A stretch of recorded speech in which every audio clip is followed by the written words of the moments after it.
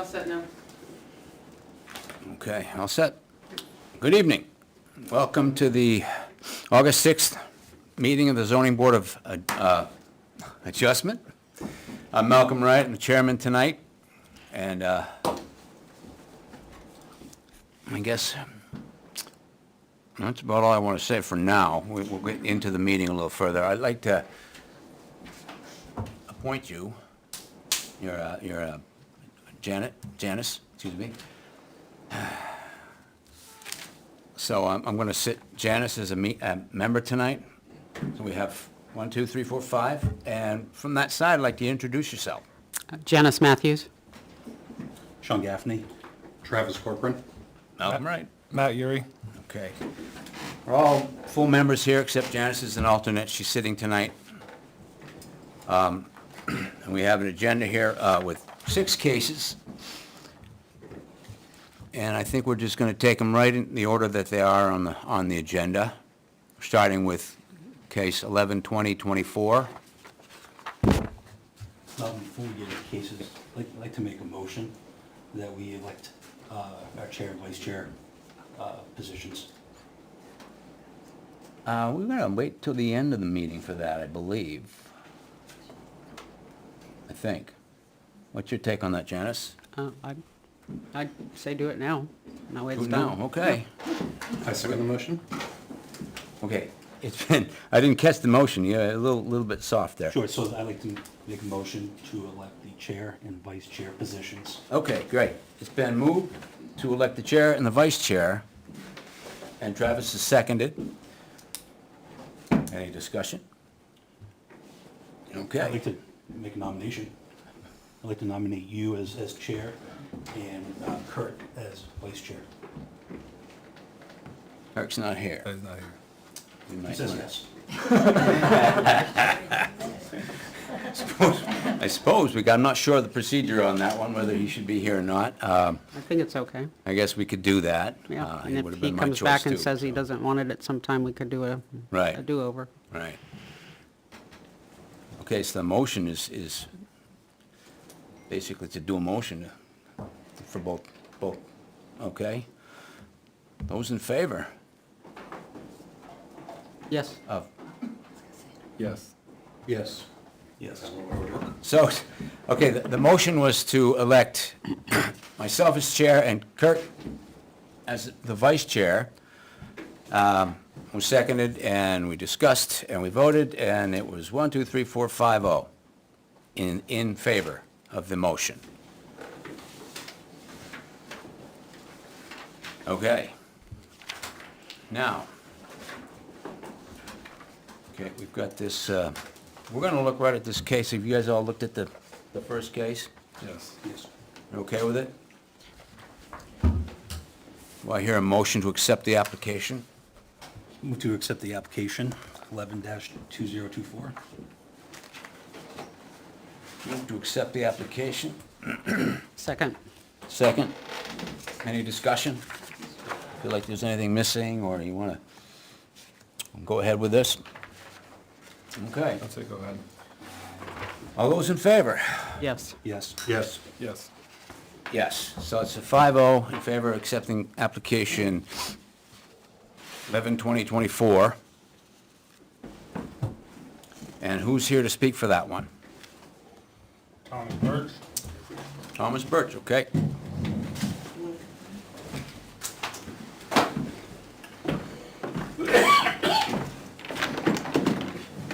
I'm Thomas Birch. Jason from Meridian is representing me and is helping me do the plan for. I'm sorry, I didn't hear you. So What? you're Jason from Meridian? Jake, I'm Jason Bullock from Meridian Land Services. Thank you. I'm You're the owner. Yes, You're sir. the applicant, and Yes, sir. you've given him permission to speak. Yes, sir. Okay, great. Thanks.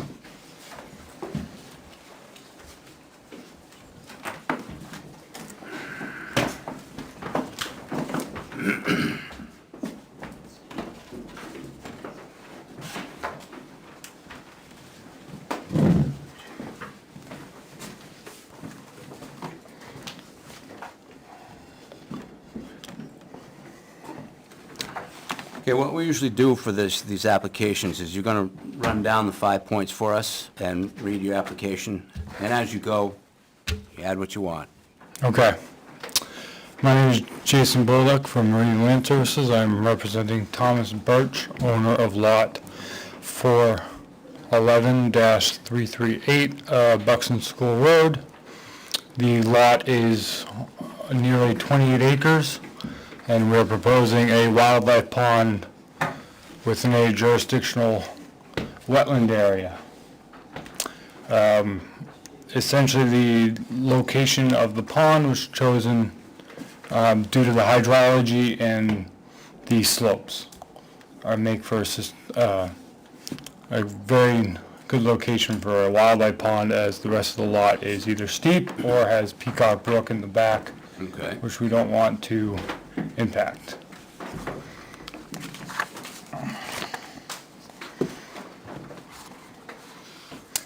So the owner intends to construct a wildlife pond within a pedestrian wetland. To construct the pond, where's 25-foot buffer will need to be impacted. The state wetlands permit is currently pending. At the state, we should be hearing back within the next few weeks. Pursuant to Article 28-6, permitted uses of the where zoning ordinance, wetland impacts for the construction of a wildlife pond are not a listed permitted use under this ordinance. On May 9th, the Ware Planning Board held a conceptual meeting and advised us to seek a variance from the zoning board. I would like to add that we also were in front of the Conservation Commission on July 10th, and they voted to support the project. And I have those minutes here if anybody doesn't have those. And that's the letter we have here from Mr. Fulton? I believe so. Yes. Yep.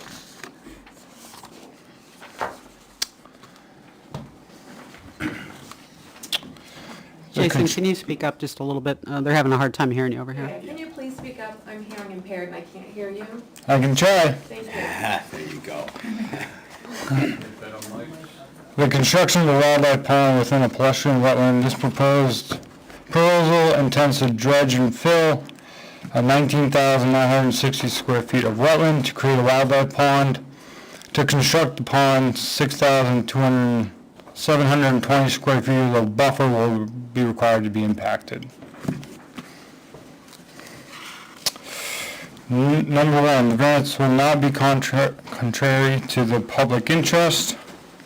This variance will not be contrary to the public interest because the purpose of the proposed pond is to diversify the wildlife habitat on the subject parcel. The owner's intent is to stock the pond with native trout and to fish the pond.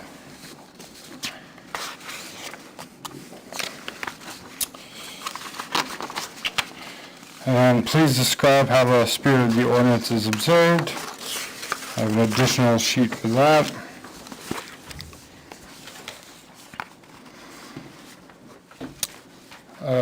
Article 28, Section 2.1, prevent the development of structures and land uses on naturally occurring wetlands that could contribute to pollution of surface and groundwater by sewage or toxic substances.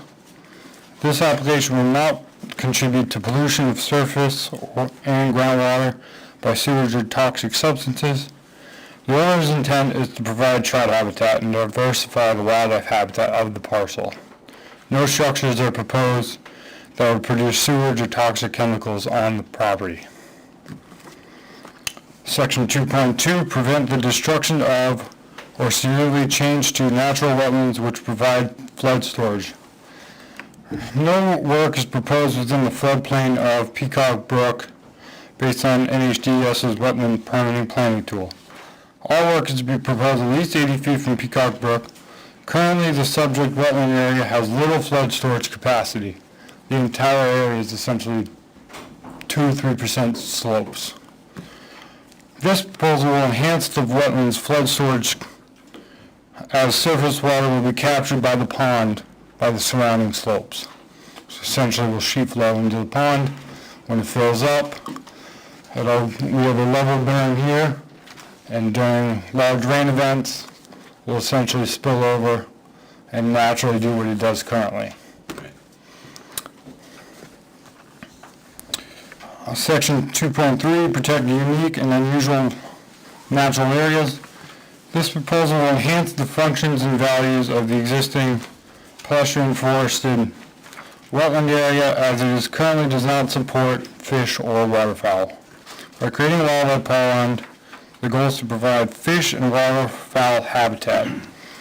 Deep pockets are proposed to support fish habitat. Emergent wetland plants are proposed to provide food for waterfowl.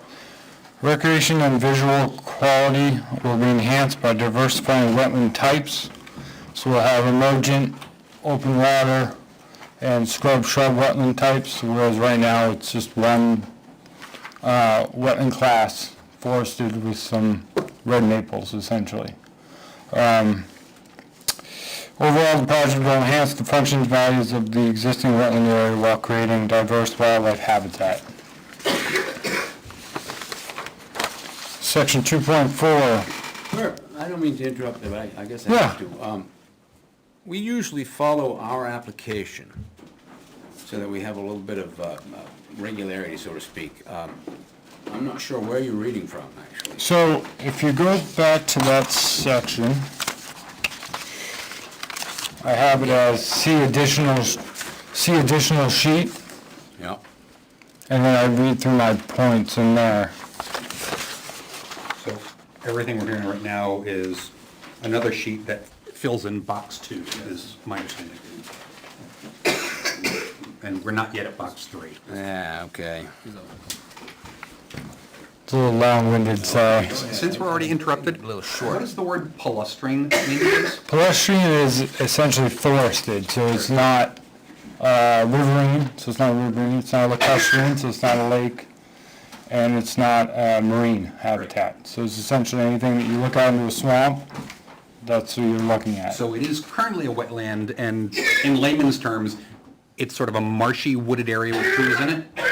Essentially, yep, it's got a high water table, and it's just enough to support hydric vegetation. Cool. So the reason we chose the location is because it has the hydrology to support a wildlife pond, whereas if we were to throw in some uplands, we run the possibility of having a dry pond, and you just get a giant hole in the ground. So that's why we chose this location, because clearly it sustains a high water table. Thank you. And section 2.4, protect wildlife habitats, travelways, and maintain ecological balances. The intent of this project is to enhance the biodiversity of the site. Currently, the subject wetland area supports no fish or waterfowl habitat. This proposal intends to create a pond capable of supporting trout habitat. The maximum depth of the pond is proposed to be 17.6 feet deep. Approximately 37% of the pond will have water depth more than 10 feet.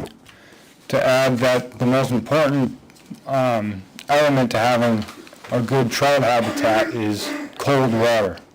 That is absolutely the number one, is water temperature. Therefore, the deeper the pond, the colder the water can stay without being warmed up during the summer. And it will be groundwater fed, which has an average temperature of 51 to 56 degrees Fahrenheit throughout the year.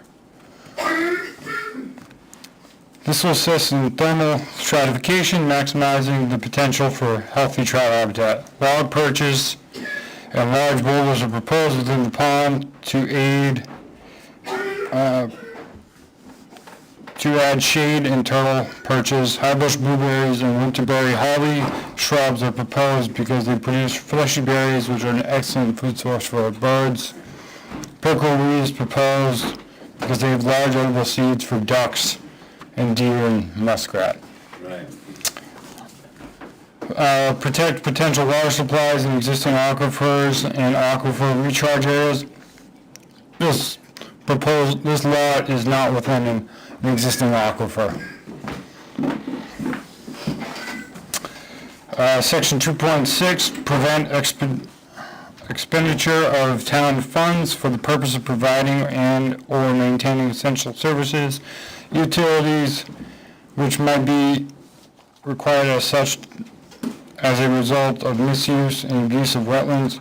No services or utilities are proposed within this application. Therefore, the project will not require expenditure of town funds. Section 2.7, encourage those low-intensity uses that can be harmoniously, appropriately, and safely located close to wetlands. This wildlife pond will be a low-intensity use that can be harmoniously and appropriately and safely located close to wetlands. Proposed use of the pond is again for fishing. Okay, I gotta ask you again. Your application looks really good, and you've cut all the details, you got all the details here. But what we usually do when we deal with these applications is we go through our application. Okay. And what happens is if you go too far into your paperwork, we're gonna get a little lost. You know what I mean? Yeah, I know about that. So what we want to do here is you already covered point one. Yep. Variance will not be contrary. So I'm trying to figure out where you are now. I think you're on point two still, or? Yeah, I'm on point 2. I can jump. Bullets in point 2. How many Yeah. total bullets do you have in point 2, and what bullet are we on? I am almost there. I think I got one more. Okay, good. Please describe how the spirit of the ordinance is observed.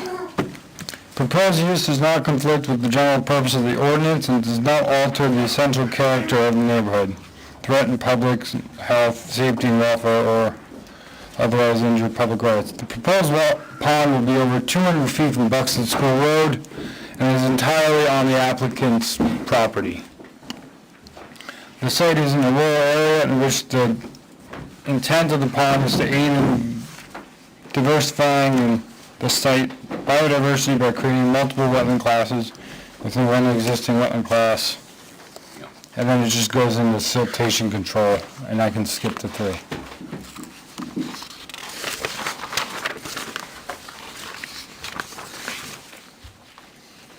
So that finishes box 2. So now we're on to box 3, I think? Or are we discussing for a box? It's up to you guys, really. If you have any questions for the applicant, you can ask him anytime. Yep. I can jump to number 3. No, we can move to 3. Right to 3, yep. Please describe how substantial justice is done. Substantial justice is done if this application is approved because the wetland area has the proper hydrology and slopes for the proposed pond. Adjacent uplands do not have the adequate slopes and hydrology to create and sustain a pond. The owner's intent is to, again, diversify wildlife habitat on the site, integrate a pond that will sustain trout. The owner has no financial incentives or motivations for this site.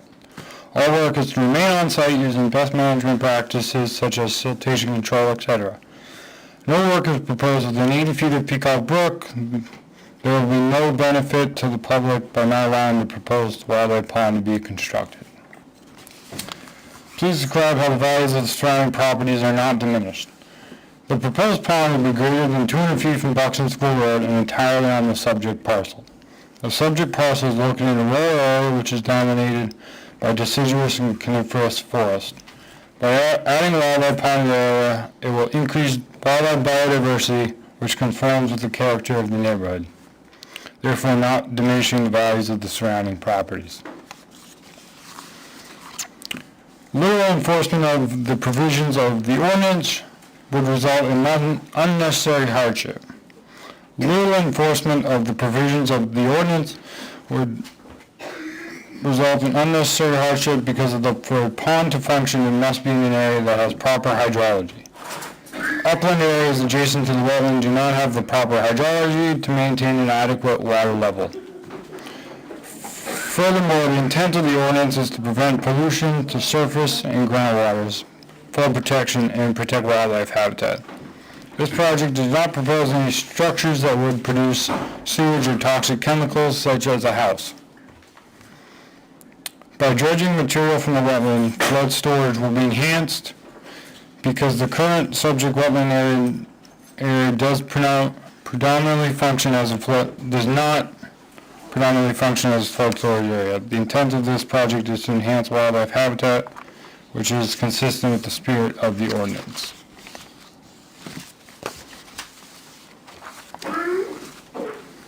And then there's I. No fair and substantial relationship exists between the general public purpose of the ordinance and the specific application of the provisions to the property. Upland areas adjacent to the wetland area / buffer do not have the hydrology, again, to support the wildlife pond. The pond is proposed within the wetland and buffer because the hydrology of this area is critical to the functions of the pond. The proposed use is reasonable one because the project is maintaining the wetland area as a wetland. The only fill within the wetland will be for the level berm. This berm is not to exceed 2 feet in height. Additionally, this is the ideal location for the pond as it has the proper hydrology and topography.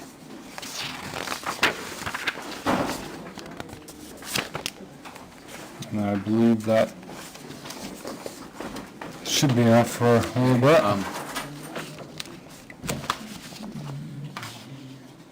So this is not going to affect the neighborhood, so to speak, as far as flooding goes. It's going to improve that.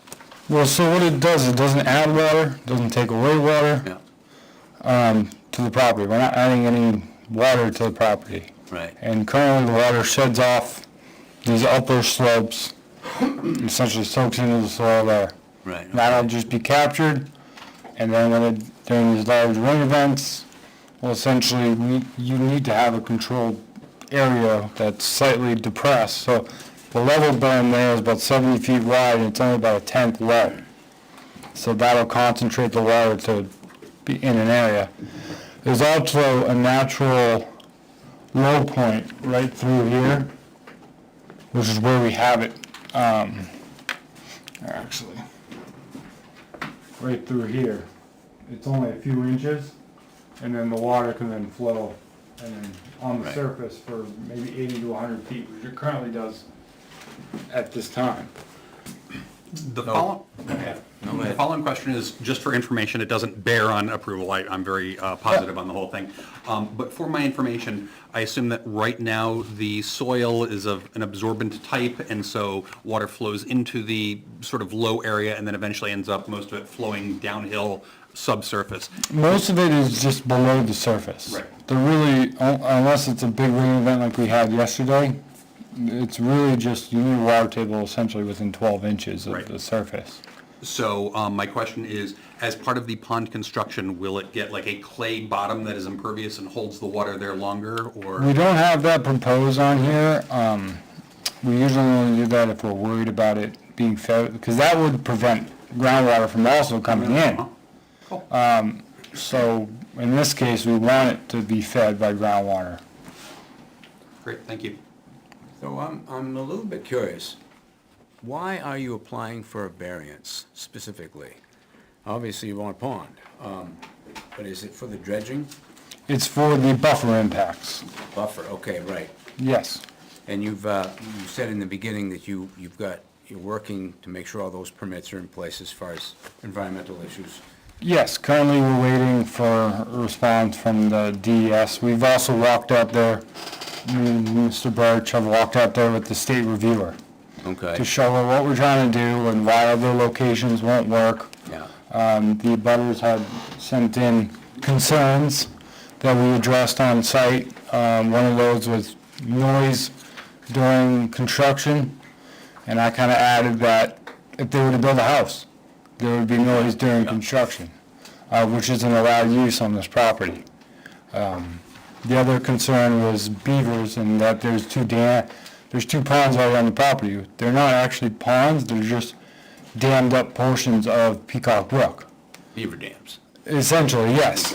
That wouldn't support trout in those dams, in this case, to the north as it flows onto the property. Yeah. We looked at those to see if they would essentially receive direct sunlight all day, Yeah. and the water level's not deeper than a few feet.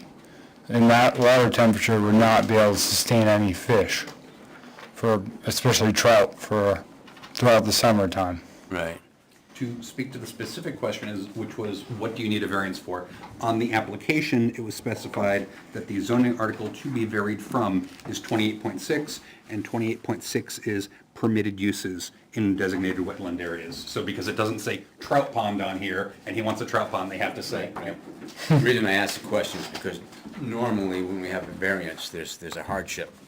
But this is a different thing entirely. So A little bit. it's hard to get it to fit the same hole, so to speak. we've got a statement on And record. and would it be okay if I just said? Oh, absolutely. 10 minutes worth of stuff? Yeah. So I just wanted to add, so 4 minutes maybe. So, thank you guys. First, so 4 things in 4 minutes. First, thank you. Thanks for everybody in the neighborhood coming and expressing your concerns. I appreciate that. It's important. Thank you, members of the committee, for listening to us and helping to make sure we do this right. You don't always get thanked, and it's important what you do, so thank you. Second, I'm not interested in damaging the environment. I'm interested in enhancing the environment. I'm a member of the Coverts Project with New Hampshire, which is a organization that volunteers time to improve habitat.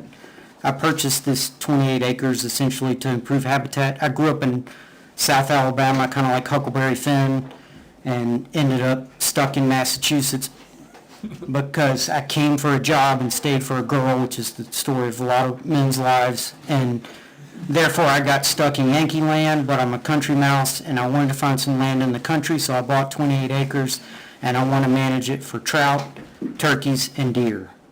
And that's basically what I want to do. I don't want my neighbors angry with me. I want to be a good neighbor, but I also want to manage the land for animals. And so I've posted the land because I want to manage the land for animals. I don't want people to run their dogs out there and scare the deer off when they're trying to bed, scare the turkeys off when they're trying to have their babies, and that kind of thing. And I want to dig a trout pond because I grew up fishing my whole life, and I'd love to catch some fish and to help the environment. And I'm trying to do everything right. I've walked the land with multiple biologists, Dr. Matt Tarr from the New Hampshire Extension Office. I've tortured that poor man. He's the one that recommended I join the Coverts Project. I walked the land for about 4 hours with him and sent him about 20 emails to the point that he said to stop sending him emails and read some books. I've read 6 books. I've also tortured poor Jason here with Meridian and forced him to help me plan this thing. I also, with Jason and with the Department of Environmental Services, Jessica Schultz, we tortured that poor woman and walked all the land and got tons of ticks and bugs and stuff on us and walked everywhere. And she looked at the site, and she's the one from the state that's helping us do it. And so that's basically it. I apologize, that's probably more than 4 minutes, but that's what we're trying to do. Yeah. There's only 2. I have a question for you. Sir? So it says here that you had a conceptual meeting with the planning board. I was curious if there's any feedback during that meeting. I wasn't able to go to that because I was at the Coverts Project, which they forced us to camp out with all these tree-hugging hippies, and it was a lot of fun, but I had a conflict and I couldn't attend that meeting. So I wasn't there. Jason went there and Lori was there. We were there essentially to But I- decide how we needed to proceed with the town and if we needed to gain any relief from the town. And that's where they essentially pointed us in your guys' direction. I was learning from biologists how to manage habitat. Then the only other point is there's 2 correspondence. So one is that you mentioned already from the Conservation Commission, and here Andrew Fulton mentions that it did pass, but there was sort of some commentary around the in quote recognition it was a very substantial and impactful effort.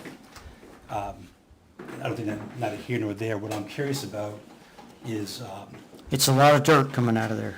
It's a big hole. That's the impact. perfect. And again, just curious, it has no bearing on, up or down. When you say coming out, is it being redistributed and that's how you create the berm, or is it actually being removed? It's going to be removed Cool. in, I mean, some of it'll stay there, but the majority of it is gonna have to be removed. What do you mean by removed?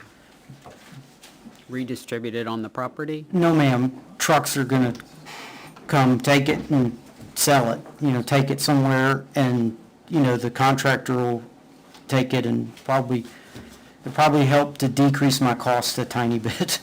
And you do realize that this board does not approve that? The That removal was of the brought dirt? up at the planning board the first time, as far as there's a certain amount of cubic yards that if it's removed from the site, you need selectmen approval. Yes. Yeah, I Yeah, had so mentioned that. if Yeah, we're if this trying to do goes through and everything gets right. approved tonight, that has no bearing on removing material off-site.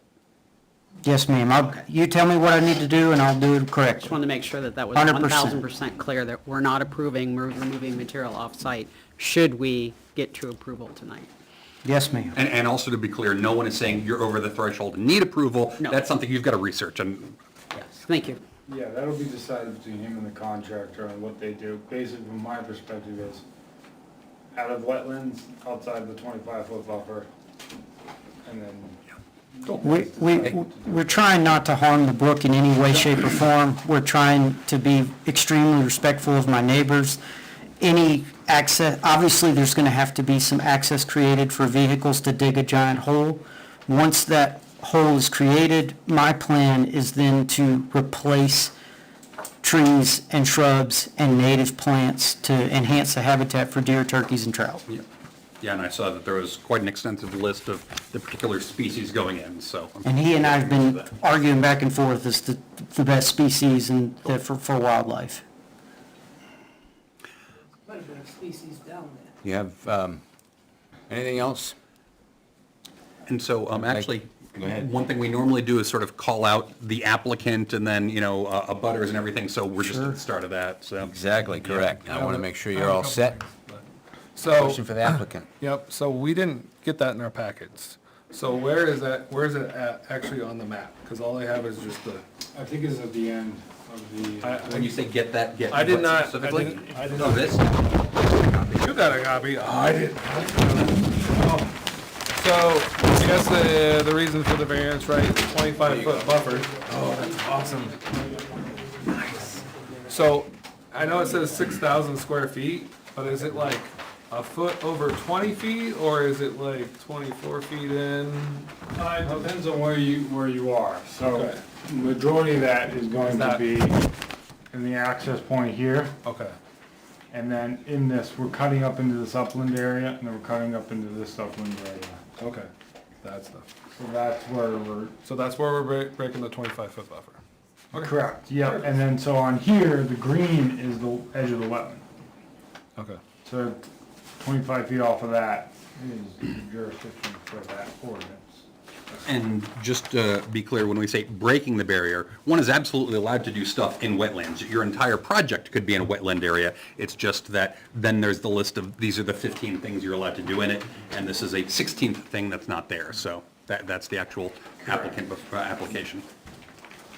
And then I guess there's studies, no, it sounds like you did, but no change in water flows, no change in animal patterns, nothing like that, right? So, well, during construction, obviously there'll be a disruption. And again, I compare that to somebody building a house. On the property, it'll be the same thing. Once the pond is stabilized, everything's seeded, I have to do monitoring reports on this for at least 2 years to make sure that the plantings have 75% success rate. And then essentially the goal is when you drive past these farm fields that have a pond in the middle, it was most likely excavated by the farmer back in the day, and then it just eventually looks like a natural pond. That's the goal, to get there. And to get it to that point, we have all the construction notes, the best management practices, the siltation control to get it to that point. Any other questions for the applicant? Anything else you want to say? Ed? I think I've said it all. Okay. The last thing I'd like to say is that I have tried to be very open and communicative with my neighbors, almost to the point of probably being annoying. I've left them handwritten notes in their mailboxes with my cell phone and email and said, please call me if you have any questions or concerns or want to talk about anything. I'm trying to be very open and communicative and a good neighbor. I don't want to Great. look like a carpetbagger, inverse carpetbagger kind of thing. You're going to get a chance to say more of that if you want, but I'd like to hear from any approving abutters. No? I have a lot to say. And are you an approved, okay. I'm not in a butter, but I Okay. will be affected by this. He said approving about Do we have an approving abutter in Yes, the form? approving abutters first, please. Any abutters? Approving abutters. We live across the street, so that's how we got on the abutter list. I'm Lori Davis. Speak in the mic and... I'm Lori Davis at 118 Buxton School Road. Thank you. We live directly across from it, so when a driveway comes in, whether it's a house, whether it's Tommy, whether they put condos in, we're going to feel the traffic because we're the most narrow part of Buxton School Road. I've been on the property, I've seen the plans. If somebody puts a house on this property, it's still going to go next to Hopper's property because that is the only flat area to build on. If anybody spends any time going down this road, everything goes downhill. There is no easy way to get to this property except there's a flat area right around the boundary line, which is where Tommy's talking about putting a road in. And if somebody puts a house in, you're going to see an acre of land just go down because that's what you do when you build a house. You take land off the property because you're digging a house, you're digging a basement, you're putting in wells, septic system, the whole 9 yards. So this is much less invasive. When we saw the land go up for sale, and I can speak safely for probably everybody in the neighborhood, everybody was scared to death we were going to get some kind of god-awful building. This is not that. I'm thrilled to death that I've got somebody that is concerned about protecting the wildlife, and I'm not going to have a bunch of people traipsing my land saying, I want to hunt on your land, take down your signs, because I too have posted my land. I like my privacy. And I think when you buy a piece of property, we all buy property in the country with the expectation of being able to utilize it more than just stick a house on and live in a picket fence. Most people buy land to be able to do things with it. And I don't think there's anything wrong with what he's doing. I think it's going to help a lot, and I'm just glad he's not building a house. Great, thank you. Any other approving abutters?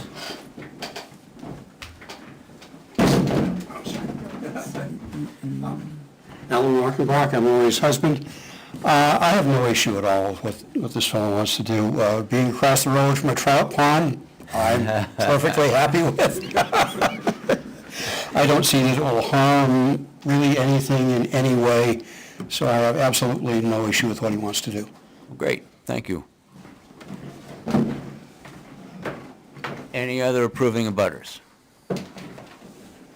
Being none, how about some disapproving abutters, anything? Are you an abutter? Yes, I am. Okay, come on I up. think I'm actually the only technical abutter. Brenda Lashaway, I'm the abutter. The brook flows from the Meadens up near Francistown Road through the property that Mr. Birch purchased down directly onto my land. And then from there, it goes to the other people who have shared that area back there, which would be, goes to the Mosses, and then from there, it goes into the Pascagoula. Yeah, it goes into the Pascagoula watershed area, and then it goes into New Boston. So anything that would affect and harm, purposefully or not, the brook would affect a lot of people. Kind of aside, there was a question about the planning board. So the planning board, the May 9th meeting was just informational, as they said, but then when the conservation committee met, we talked about the pond, but then when it came to the part about the road, stop, because it's a planning board issue. So that hasn't been talked about in the planning board. So When you That's- say the road, are you talking like an access driveway I on am the property? talking about the access driveway Okay. and the effect it will have on Buxton School Road, which is a narrow dirt road, which, right at the point at which his access road would have to be built, because that's the part that's right next to my property line, as Lori explained, it's very steep right there. Right now, they've been out recently, a couple of times, just trying to deal with the runoff that we have on the road now and the damage it's causing when it runs onto the properties. Last mud season was the worst I've ever seen. People were being towed out of the ruts that were down there, and so the town is trying to figure out what to do about it, but they haven't come up with any solution yet. So there was no place to address that yet. And from what you said, I'm not sure that that's something you guys think about when you're thinking about zoning either, with whether it's going to impact the road or not. As far as tonight, we're just concerned with the variance request. And so actually, I'm going to provide. So the variance, you know, Let me jump in just briefly, Yes. and before letting you continue. I absolutely understand the point you're making, that if a driveway is put in, there might be a certain amount of runoff and it will flood a dirt road. And I'm fully sympathetic in that because of development next to me, I've had my driveway destroyed, so I know what runoff can do. However, my understanding is that the applicant, by right, can build a Yes. driveway, he can build a house. The only question before the board right now is, may he dig 5 or 8 feet deep close to the wetland? And I understand that this is alongside the issue that if he does anything, puts in a house, et cetera, there'll be a driveway. But I'm not sure that merely putting in a driveway and the effects thereof are before the board this evening. Okay, so, yes, so there are two concerns with the proposal. One is the pond itself, one is the roadway. So, his proposal is to replace an existing successful habitat by dredging and filling the natural wetlands. I just have to, okay, I know you said, don't talk about the road, but I just do want to say that, because they made the statement that this will not affect the town financially at all. I'm not talking about what happens to my yard, because he put an access way he has a right to onto my, next to my yard. I'm talking about the road that the town struggles with. So there will be a cost to all of that, and yes, if someone else comes in and proposes a house, then we can deal with that when the time comes. But anyway, it will affect the finance of the town. Anyway, so this area has existed in the pristine state that it is in for over 100 years. It has been used recreationally as it is by generations. And I'm not necessarily talking about Mr. Birch's part. All the abutters of that area, beyond our houses, are woodlands and the brook. And it's just been used recreationally by generations of people through that way. There is abundant wildlife out there. There's moose, there's turkeys, there's bear, there's deer, there's fisher cats, there's bobcats, there's fox, there's turtles, there's amphibians, there's heron, there is trout. I don't fish, but other people do. Your husband fishes.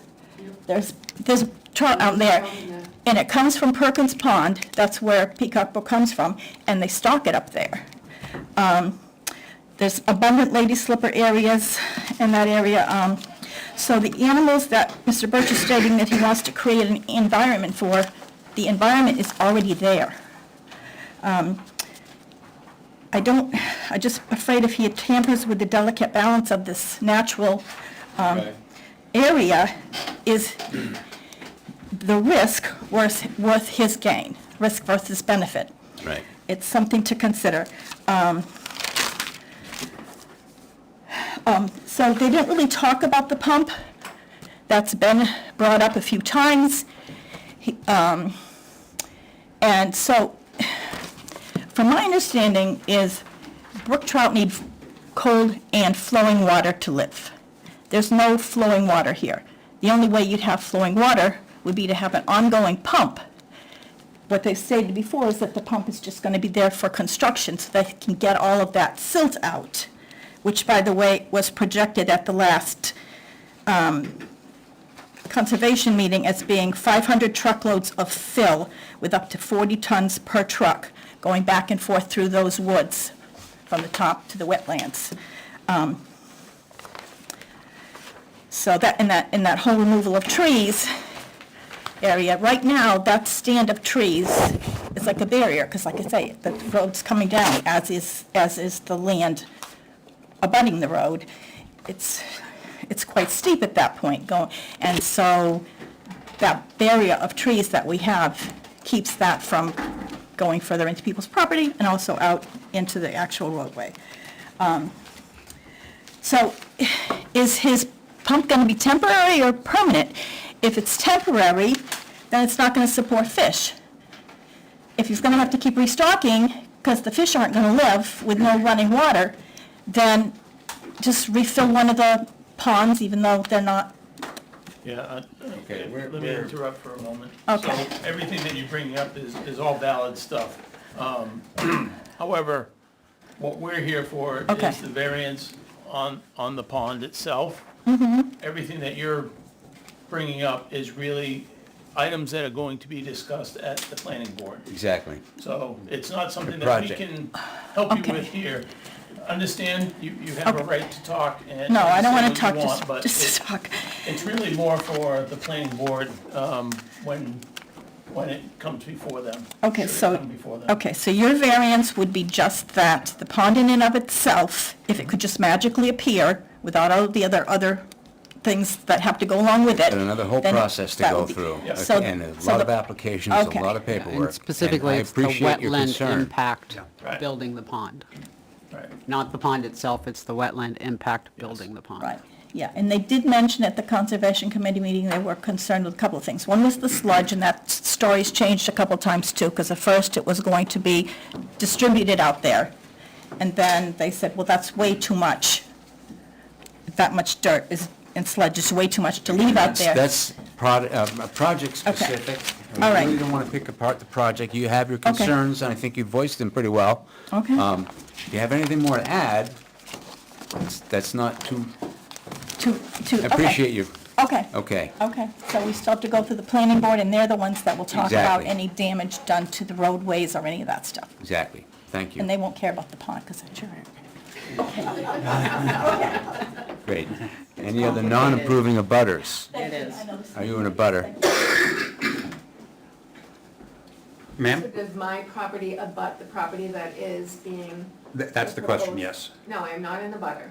And a butter also includes directly across the street, if that might be relevant, no? So the sound from the pump? that- Wait, whoa, please. I don't mean to We'll be, get to I those don't mean to be people. rude. This is a different beast, as I said before. If you're going to speak much longer, I need you up here, but you need to have some sort of standing. Are you affected by the water flow at all? Possibly. By the impact of I think, the impact of the I think you wetlands. can I speak mean, my to, concern, Corinne Bishop, 101 Buxton School Road. And so we're moving on to non-approving general public, is that? public at large. Oh, is there an abutter that would like to speak first, not approving? Okay. So my concern is there is an effect in the wildlife. There's going to be, he's disturbing a half an acre of land. I apologize for interrupting, but before you get too far into the details, we don't want to get too far into the details. Okay, This and is- I don't either, but what I would like to propose is that you table this because we don't have all the information. We don't have information from the New Hampshire Heritage Bureau as to whether there's endangered species on the property. They said there's no record of it, but I propose that there needs to be a site survey to see if there's endangered species. So- Okay, we've heard your recommendation. I think that's probably enough. No, I think you have a valid concern, but I question your standing here, and I don't question your concerns. Do you question I pay taxes in this town and that, I understand that. It's a hard line to draw, but we okay. can't. Mr. Birch, where do you live? Where's your permanent residence? So I own that property, which is 28 acres. Where's your permanent residence? Okay, I'm not sure Order, that's please. relevant. No more speaking from the, you're either at the microphone or you're not. Whoa, I was. public at large, wait a minute. Public at large, no more public, okay. Boards and committees? Okay. Now you can rebut everything that's been said. Okay, first, thank you for coming. I want to be a good neighbor, okay? I'm trying hard, believe it or not. I don't live on the property, I don't want to live on the property, I don't want to build a house. I want to keep the property as wild as I can for wildlife. I'm a member of the Coverts Commission, which is a group of people that dedicate their time to volunteering to enhance habitat in New Hampshire. My permanent residence is in Massachusetts because I'm a physician that works in Massachusetts as an anesthesiologist at Brigham and Women's Hospital, taking care of people with heart trouble. So I can't do that job and live on that road. But I love to come up there and see the wildlife, and I want to manage it for wildlife. And I understand there's concerns about harming the environment, and I can promise you that's the last thing I want to do. And I'm going to do everything I can to address that. I've walked the property with 3 different biologists, including Dr. Matt Tarr, who's a PhD from the New Hampshire Extension Office. He and I personally looked for endangered species and rare plant life that would be harmed and could not find it. I walked the land with Jessica Schultz from the Department of Environmental Services, who's from the state, and with Jason extensively, same story. We selected this spot because it was the most appropriate spot on those 28 acres. And I'm happy to try to answer any other questions I can. But I understand I'm viewed as an outsider. I'm viewed as somebody that's changing the landscape. And I understand that there's concerns about harming the wildlife, but I can promise you that's the last thing that I want to do. And I also don't want to develop enemies. I don't want people mad at me. I don't want people to hate me. And I'm not trying to be a jerk. That's about it. If I can provide a little feedback there, that was great, thank you. I think that both for this one and in general, objections of the form, the applicant may or may not reside here full-time or out of scope, no matter where someone lives, they own their property and the 5 prongs apply the same. So I understand the emotions, that it feels like perhaps an outsider is here, but that, certainly shouldn't sway us in any direction. Or if you'd been here for 80 years. Well, there was a point. No, I think it's entirely valid to feel. Okay, we're out of order. Okay. No more discussions back and forth. It's got to be at the mic or not. You have anything else to add? I bought the land. I think, And I think people that buy the land should be allowed to use the land. And if I'm not allowed to use the land, there's a chance I might sell the land to somebody that's going to do something with it that you guys are going to like worse. thank you. No more. This is not. I say this because, like I said before, it's been touched on, we don't want to turn this into a planning board meeting or a conservation commission mission. We don't need to get into the details. There's going to be plenty of opportunity to discuss and argue this at another place, another time. Right here, we're just here for the variance, and we just can't go on and on all night about the same thing. So, you have nothing else to add that's substantial or material? Not at this time. Okay. With that, I'd like to close the discussion. Any discussion? I've only been through this once before. I've got commentary on each prong, but are we going to have discussion per prong? I think, yeah, you could save it for each prong. Great, as we good. go through. No general discussion. Yeah, right now, we're just looking for the general stuff. I mean, And if there's, that's all I'm saying, like, so the variance is the 25 feet with that 6,700 square feet. That's what we're doing, and that's it, essentially. right, Yeah, very specifically, it's There are 15 allowed uses for within a wetland, Yeah. and this is an application to do a 16th one, which is a trout pond. Yep. Well, yeah, but that's really not even what we're discussing. We're Exactly. discussing the buffer. It's the 28.9. wetland buffer. It's the buffer is what we're talking about. I believe that the- Paragraph 28.6. Exactly. The application says paragraph 28.6, which is on page 40 of the zoning code. 28.6 says permitted uses, colon, in the designated wetland areas, permitted uses are any uses that are compatible with the intent of this ordinance and do not involve significant alteration of the wetland. Such uses include tree farming, cultivation and harvesting of crops, wildlife refuges, parks and recreation, conservation areas and trails, and it goes on. And so, and even dredging and filling is one of them listed here, I believe.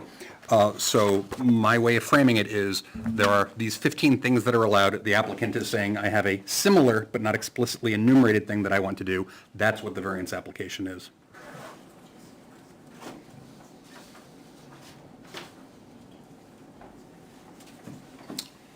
Like I said, it's an interesting beast.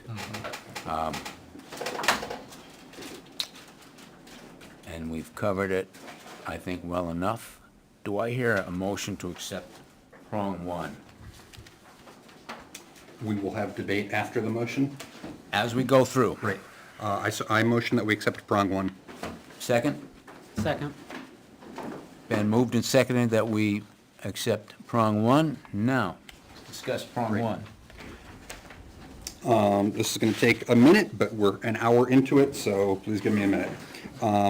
Under Gray versus Siddell, New Hampshire, 3/27/1999, would the variance cause a benefit is irrelevant. We do not have to find that a trout pond would be better than a damp area. We merely have to see if it would cause a harm. I personally see no harm being caused here. I did hear a objection from an abutter that, hey, things would change. In the application, it is specified that the pond is 200 feet from the nearest road. It's a wooded area. There is an interesting question for another board about will there be a hum from a pump, and that might be relevant. But with the data before me, I see no evidence for harm. Would it alter now under Chester Rod and Gun Club versus Town of Chester, 2005? Would it alter the essential character of the neighborhood? I have seen no data to suggest it would. Threaten health? I see no data. Threaten safety? No. Threaten the general welfare of the public? I have seen no data. Under the 1999 Municipal Law Update, NHMA, October 1999, if the applicant makes even a conclusory statement that it would not cause a harm, that is enough unless abutters or board members identify some specific adverse effect. The applicant has made that claim. Does an abutter say that it harms the public interest? Yes, an abutter does. Does a board member say it? No, no one has said it yet. If an applicant says that there's no harm and anyone else says that there is harm, then the applicant has the burden of persuasion. So now this is the balancing test, and this is, I think, the core of prong one for us here. I have heard a lot of solid information. I've heard, claims that PhDs have walked it, et cetera. So effectively, I'm getting into sort of just the balance and the size of the facts and the claims, and the size of the data there is quite suggestive. I do understand the concerns on the other side, but as far as the data that has been brought to bear, I have not seen any data to support those claims.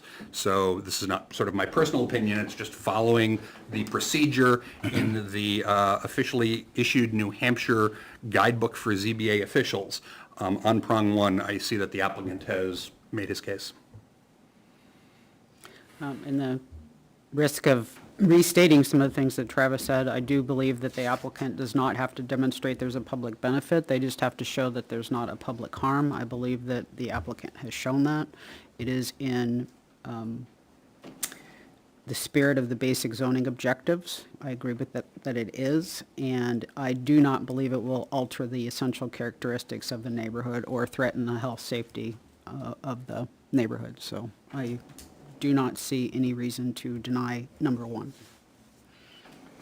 I tend to agree on all the points. I think this is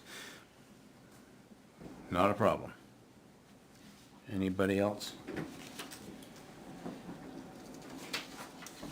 My only hesitation here is just the line demarcation that we're talking about in terms of what the content is for this meeting versus content for planning board meeting.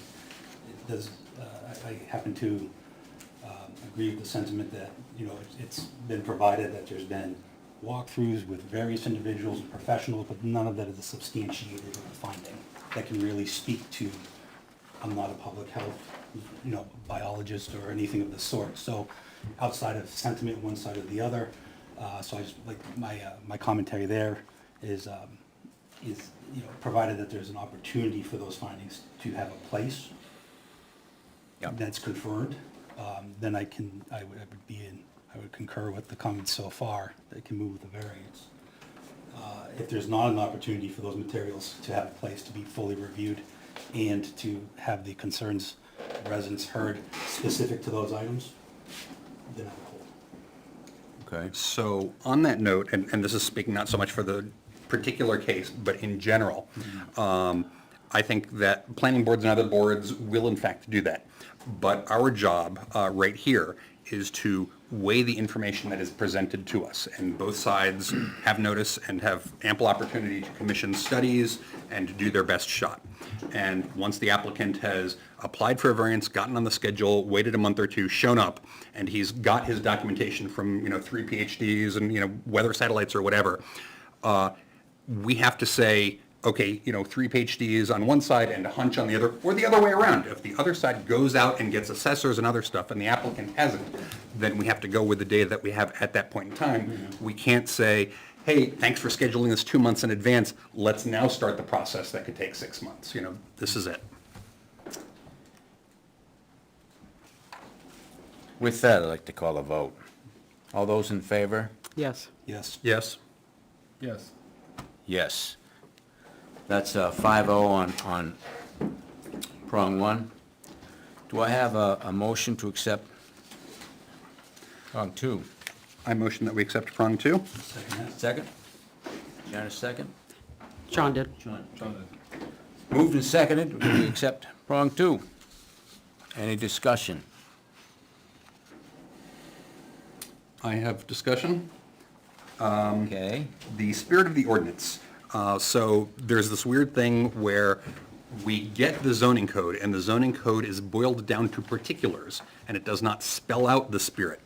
And the variance process asks us to think about the spirit. So we always have to work backwards from the particulars that are in the zoning code and abstract back to the sort of platonic ideal that it's getting at.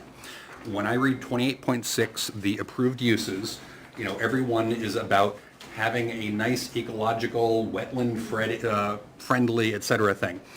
So my understanding of the intent of 28.6 is one specific thing. It is to have biodiversity and, maintained, a habitat. So in that sense, I believe that this, Falls within the spirit of the ordinance.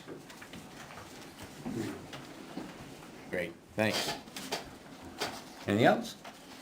Call a vote, Janice? Yes. Yes. All those in favor? Yes? Yes. Yes. 5-0, prong two passes. Do I have a motion to accept prong three? So moved. Second? And seconded. Any discussion on prong three? I believe that the trout pond and leaving it as a biodiverse area would be consistent with the area's present use. It's consistent with that particular lot's present use as well.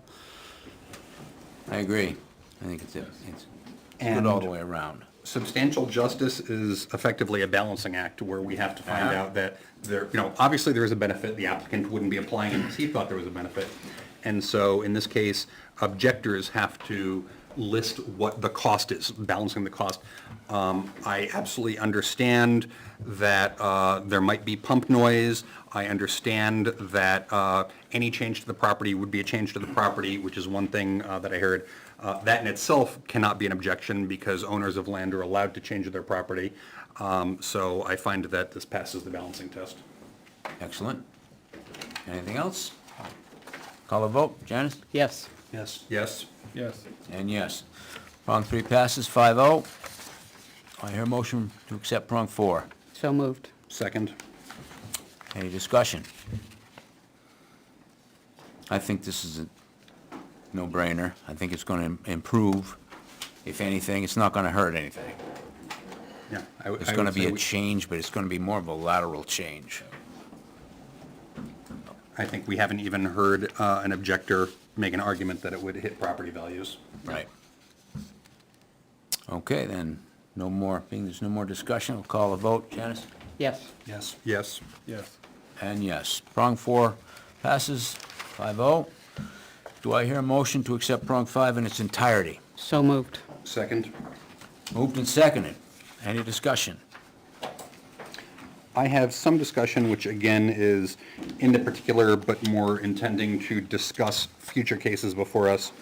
In prong 5A in the application, the first sentence or two says, literal enforcement of the provisions of this ordinance would result in an unnecessary hardship because for a pond to function, it must X, Y, Z. And I'll jump ahead. I'm going to, vote in favor of prong 5. But the fact that the zoning code, if enforced, wouldn't let me do what I want to do is not a hardship. To some degree, that's the entire purpose of zoning codes, where the community has said, hey, we don't want oil refineries here. However, the rest of 5A goes on to explain, makes claims that do support literal enforcement, support the prong. Specifically, furthermore, the intent of the ordinance is to prevent pollution to surface and groundwaters, et cetera, and that's a good argument. Also looking at the specific characteristics of the property, we've been shown that there is no other place for a trout pond to go. So that is something that is highly pertinent to prong 5, and the relationship test tells us that the general purpose of the ordinance and being able to use this specific application and the provisions of the property, I see that to be totally in line. And I'd also agree that in 5A2, reasonable use test, it definitely passes that as well. Given the special conditions of the property, the trout pond needs to go there if they're going to build one. I agree. Agreed. Anything else? To a vote? Although, actually, one more thing I would just add, that while I will support this prong, I think if there is to be a trout pond, it has to go there, is not in general an argument for a variance. Because, there's no pre-existing right necessarily to have a trout pond. No, I completely agree, but the use of the property that he wants to have is to build a trout pond. So that was where I was going with that, Okay. not necessarily saying that he has an absolute right to build a trout pond wherever he wants. Great. Thank you. Anything else? Move to a vote. Janice? Yes. Yes. Yes. Yes. And a yes. Prong 5 passes in its entirety. You have your variance. Thank you. I know some folks have mentioned that the applications for the NHDES have been made, and just to state that this board cannot withhold approval based on those applications being done. We do not require those to be completed. So that is not a purpose of this board as well. It's just so Right. you know that is for the general public, just to make sure they understand that that's not a Excellent, condition that we have to contend with at this point. Thank you. Smile, you won. Thank you. Okay, we're gonna move on to case 12-2024, but before we do, Thanks for allowing me to continue. Kurt, you're on this one now. Pretty long night. Pardon me? Thanks for the continuation last time. Thanks for asking for it. 11:18, without your 4 cases. Yeah. Good evening. Taylor Desero with Meridian Land Services. I am here representing the owners, Ron and Jackie Prawn, for the They're 3 here. cases. They are, Okay, good. yes. Look at the, before you start, we're just gonna look over the application real quick.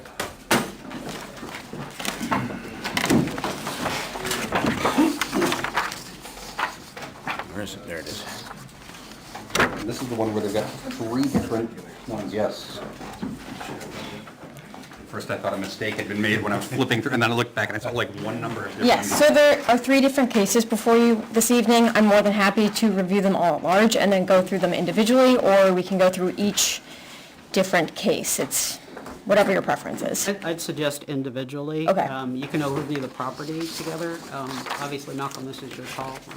I tend to agree. I was Yeah. going to say the same thing, thank you. Sometimes we will put them together, but sometimes, depending on details, it might not be a good idea for you or us, so. We can take one at a time, basically. Has everybody looked at the application? Does it look like it's in order for you? Yes, it did. I hear a motion to accept the application. I motion to accept the application. Moved and seconded to accept the application. Any discussion? All those in favor? Starting from this side, Sean? Yes. Yes. Yes. And yes. Okay, 5-0. Here we are. So, good evening, Mr. Chairman and members of the board. My name is Taylor Desero with Meridian Land Services, and I'm here representing the Prawns to request the board's approval on 3 pending applications, the first being a variance to release the cease and desist order on the property. The subject parcel is zoned residential, locally identified as Lot 105-2, and has an address of 186 Dudley Brook Road. It's partially located within the New Hampshire Department of Environmental Services shoreland zone, and also has areas located within the wetland zone land planning ordinance as defined in Article 28 within the zoning ordinance. The homeowners installed an unpermitted gravel accessway that was about 8 feet wide that would allow access to their waterfront area as they have frontage on Horace Lake. The gravel accessway crossed 2 areas of jurisdictional wetland, and a permit was never sought through DES or the town. And New Hampshire Department of Environmental Services, their compliance team, issued a letter of deficiency to remove the gravel within 2 jurisdictional wetland areas. Meridian was hired to complete a restoration plan that would address all items within the letter of deficiency. And this was previously approved. And there is a compliance timeline associated with this restoration work to be approved. It was originally due in July. It has been pushed to August, given the circumstances of the property, because there is a cease and desist order that needs to be released. We are advised by the planning board that in order to release that cease and desist, we would need a variance through the ZBA. So that's why we're here this evening.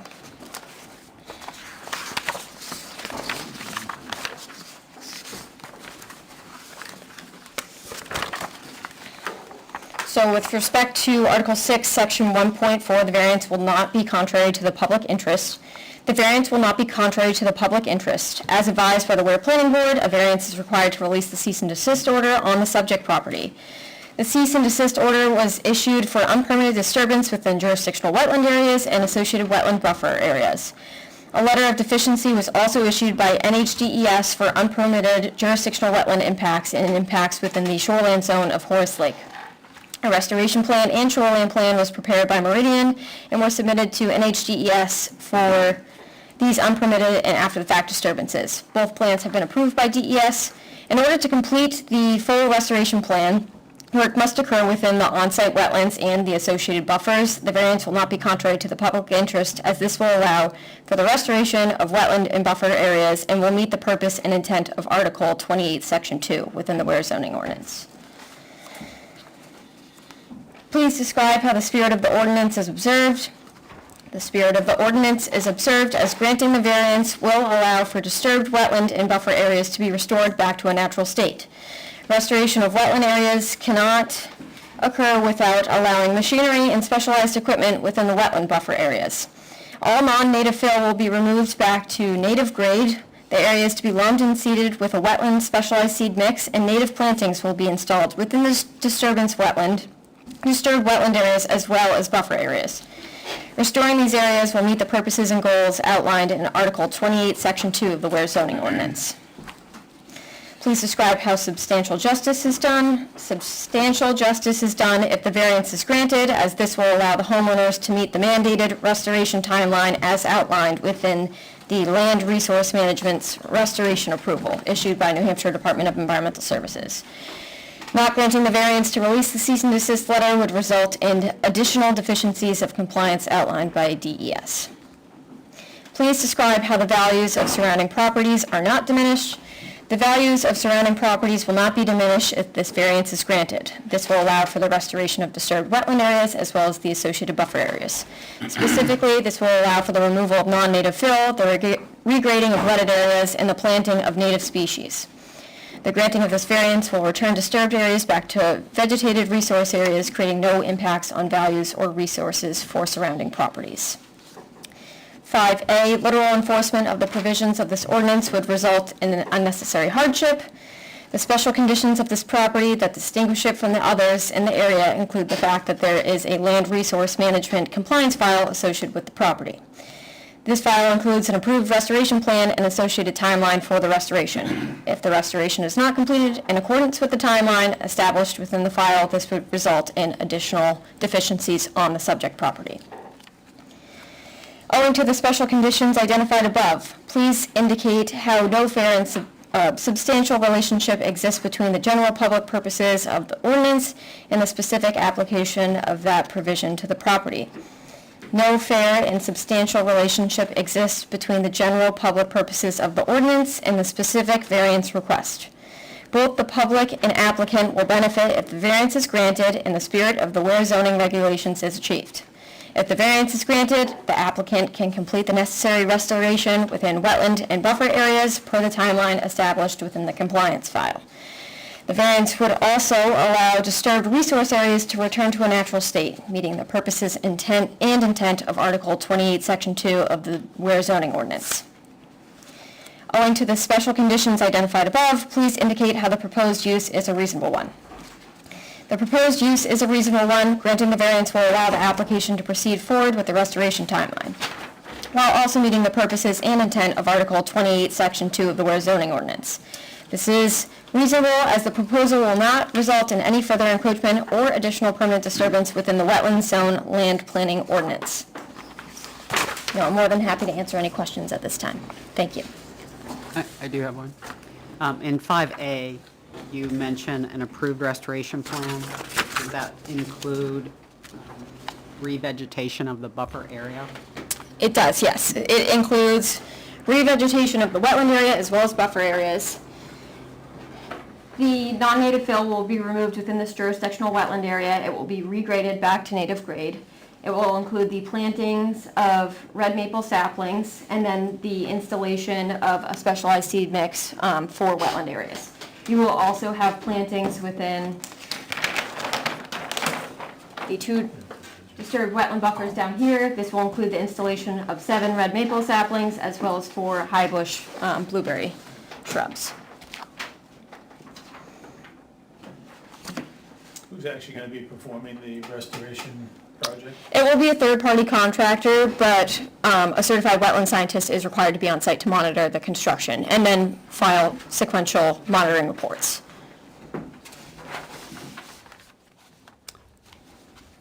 Any other questions? Anything to add? Okay, this is the part where we have approving of butters. Step up.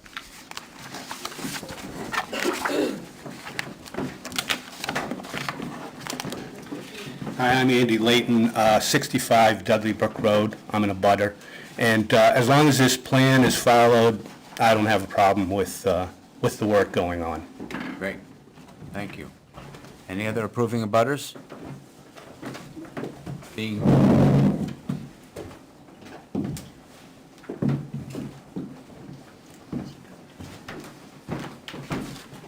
I'm Colleen DeLuca, and I'm a butter, and I live technically across from Ron and Jackie, and I totally approve the proposal.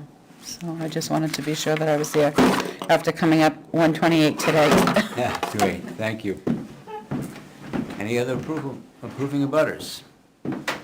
Disapproving of butters? Public at large? Other boards? Okay.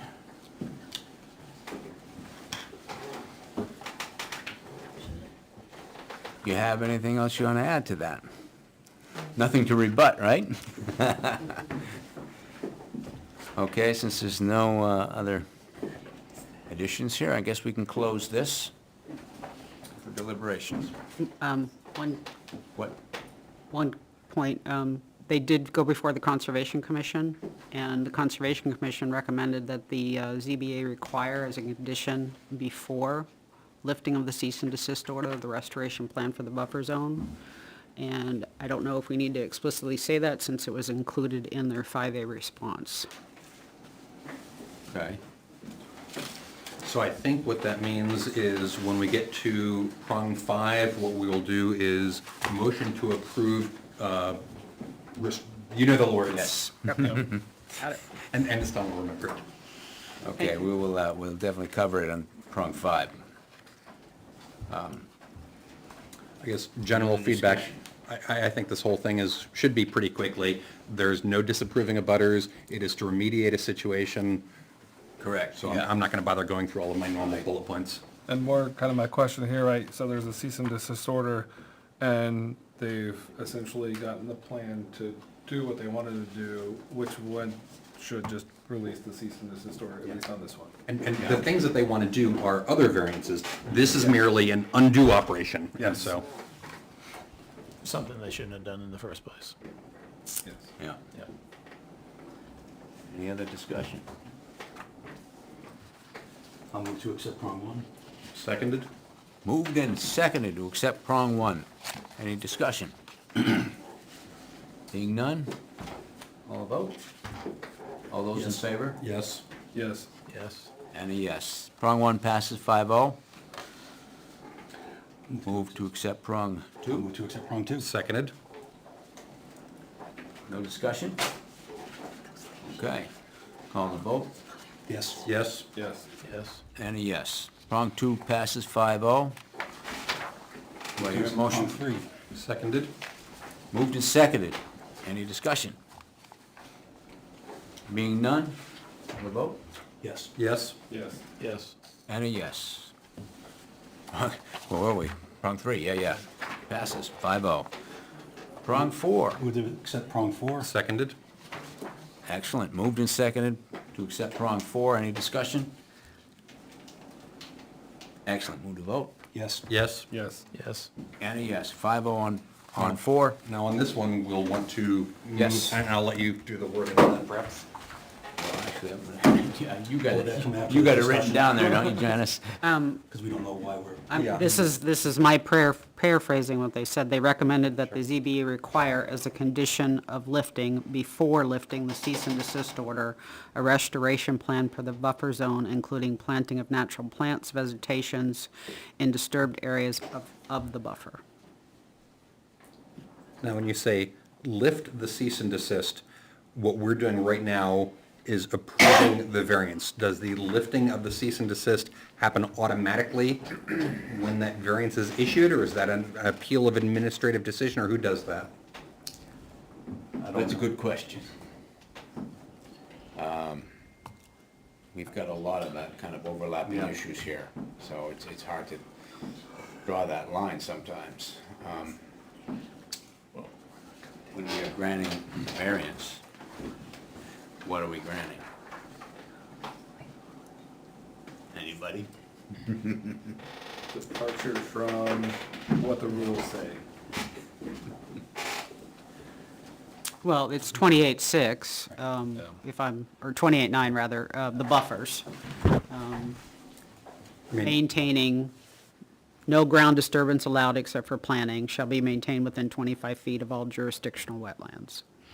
So I suppose we don't really need to answer that right now, because what we're doing is dealing with this variance. Afterwards, perhaps the town's attorney revokes the cease and desist, but I suppose that's a little bit out of scope for right now, and so. It's actually, I would believe that it would have to be from the Ware Planning Board that have to do Okay. that, because they're the ones that issued the cease and desist. They did, great. And also, it has to be bought off by the DES. Cool. So it's kind of a joint effort in that aspect. So what we're doing is just providing the variance if we so choose. Right. And based on that decision, we'll determine how they proceed with the Great. lifting of the cease and Exactly. desist at the planning board. What I got from it is that there's the dredging and the work that needs to be done needs a variance. And that's why the cease and desist was in place.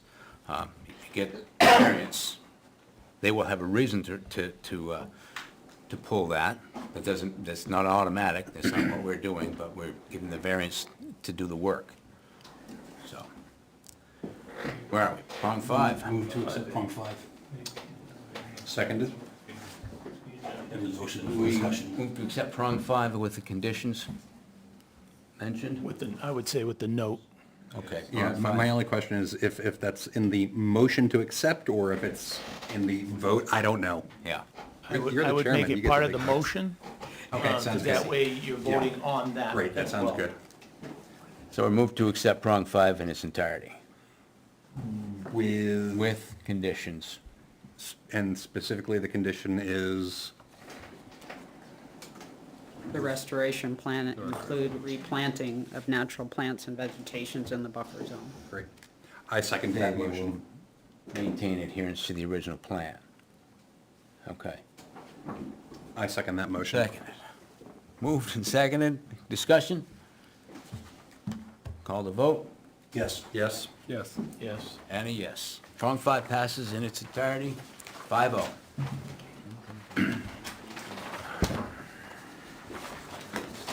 Thank you.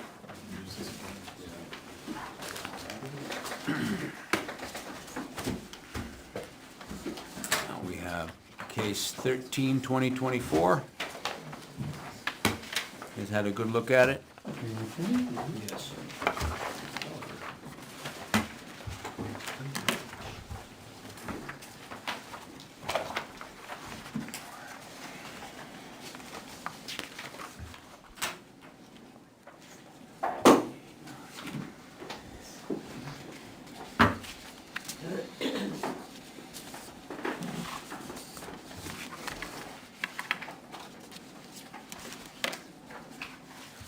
Checklist is here.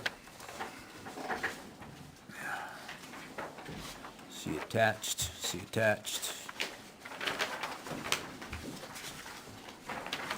So I know that you're going to speak, and I see the narrative. If you could speak in just a sentence or two Yeah. to one question, I would appreciate it. Sure. We have, Introductory- we have to, we have to accept Accept the it. application Right. as complete before any discussion. Okay, Thank you. Thank you. I'll move to accept the seconded? application. Seconded? Been moved and seconded to accept the application. We vote? Yes. Yes. Yes. Yes. Okay. So specifically, I understand that there is the desire to build a gazebo, and the introductory text says, and this is on the first page of the application, the proposed use, gazebo, does not require an appeal to the zoning board of adjustment, but requires a variance for relief from Article 28, Section 9, as stated by Ware Planning Board. And so, of everything here, I've read it all makes sense. That one sentence is the thing I don't fully follow. I believe it was probably just to address that box. I don't believe Okay? an appeal to the ZBA is in order, as we have not had an application beforehand. It was just to address the box. This is to seek a variance for a proposed 14-foot by 16-foot accessory structure. Okay.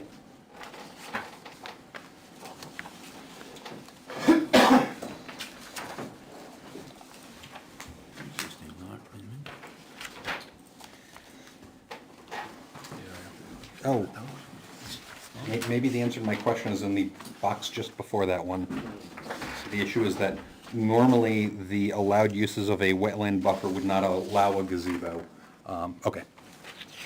Structure in the buffer.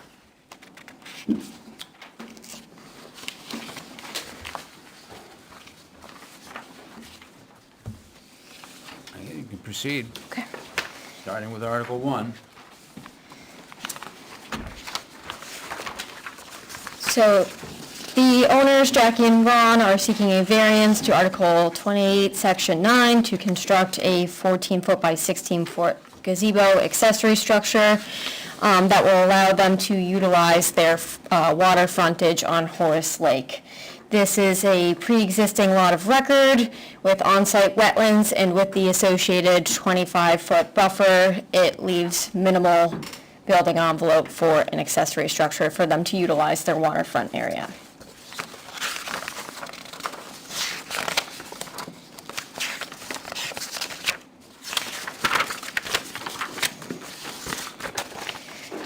With respect to Article 6, Section 1.4, the variance will not be contrary to the public interest. Constructing a 14-foot by 16-foot gazebo/accessory structure within the 25-foot wetland buffer will not be contrary to the public interest.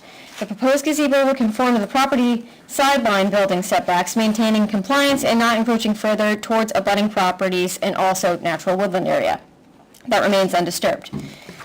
The proposed gazebo will be located outside of the 50-foot waterfront buffer of Horace Lake and will contain a planting scheme in between the proposed structure and Horace Lake, providing a screening from the public use on Horace Lake and the structure on the subject parcel. The proposed gazebo will also be located in an area of previous disturbance, minimizing impacts to wetlands on site of higher functions and values in undisturbed buffer areas, meeting the spirit of Article 28, Section 2. Can you explain that one part, the previous disturbance? Yes, so the proposed accessory structure is located within an area of previous disturbance. It was recommended by the Conservation Commission that perhaps we ask for a variance to encroach on the sideline setback. It was in Meridian's opinion to utilize the previously disturbed area and maintain the full, I would say, separation distance to the abutting property, as it would be beneficial to the abutting property. It is also in an effort to maintain this undisturbed natural woodland area right here that also serves as a privacy buffer to the abutting property.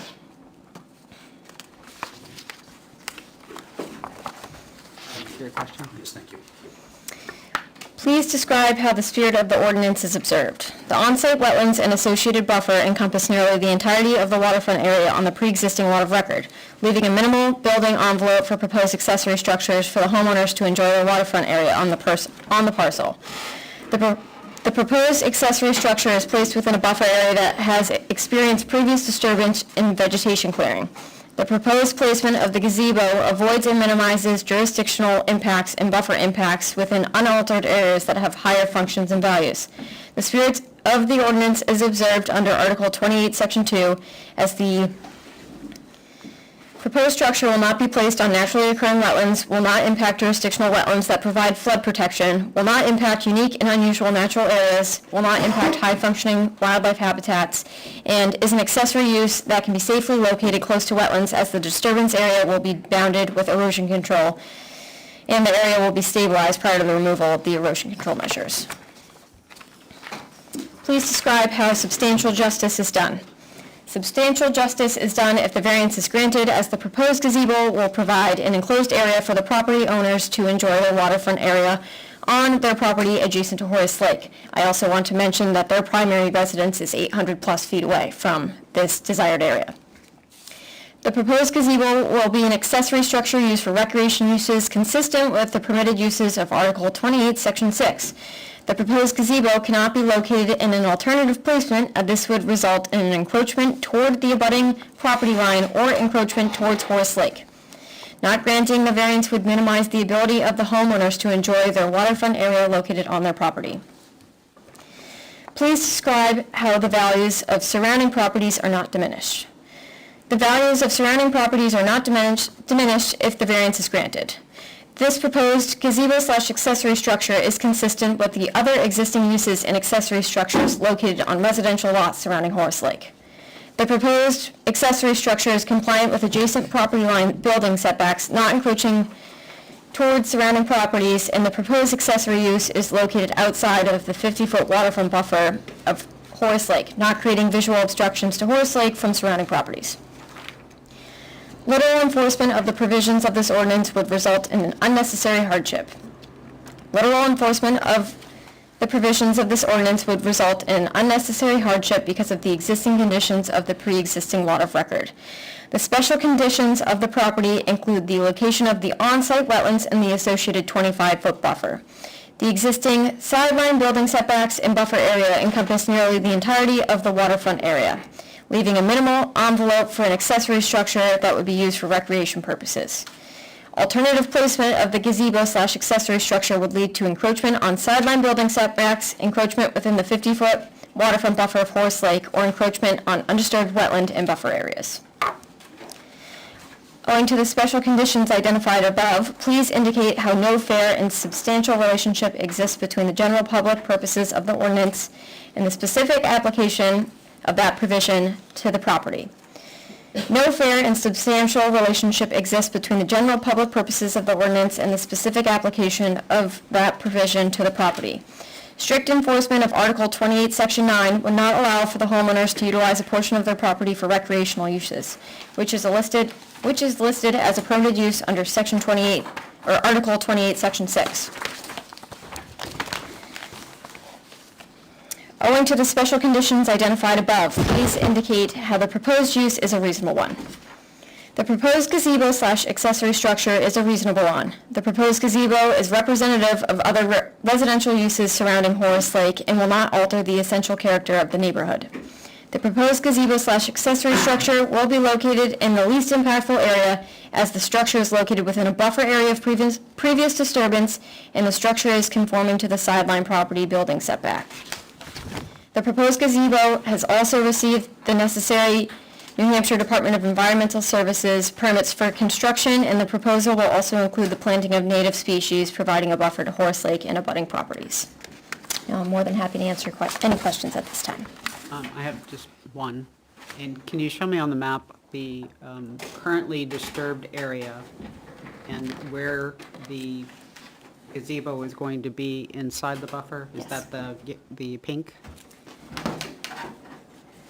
So your 25-foot buffer is identified in this pink highlighted line Uh-huh. right here. The proposed gazebo is in this highlighted yellow line, and the existing vegetation clearing exists within this limits of the tree line to the south and within the limits of this tree line to the north. Okay.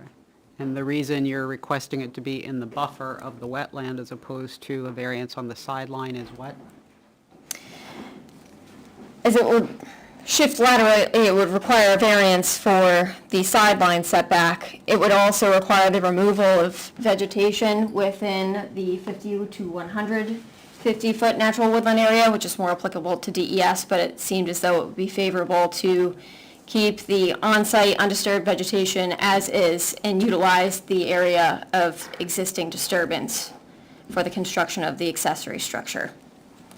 My question overlaps with that. So I was at first confused because you want to, and this is not, I'm confused, it's just literally, I'm not quite following. Horace Lake in this map is to the upper right-hand corner. Correct. And that's the shorefront up there where the property narrows. Horace Lake has a 50-foot wetland setback, and this proposed location is beyond that 50 feet. That's correct. Great. So there is a second wetland setback. Is that the pink line? That is the 25-foot buffer associated with Okay. the on-site wetlands. So on-site wetlands, and what are those on-site wetlands? Are they swampy areas, or?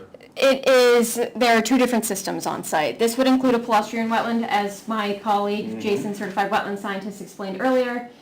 This is typically just saturated soils supporting hydrophytic vegetation. There's also, coming from the abutting property on the north and outflowing to Horace Lake, there is a riverine system also on the property. So what we're looking at specifically is the 25-foot setbacks, which you wish to encroach on, of the Palestrine, Wetlands. right. Correct. But I was distinguishing that from the riverine green wetlands. So it would be intruding on the 25-foot setback, but not actually intruding on the wetlands themselves. Correct. Great, thank you.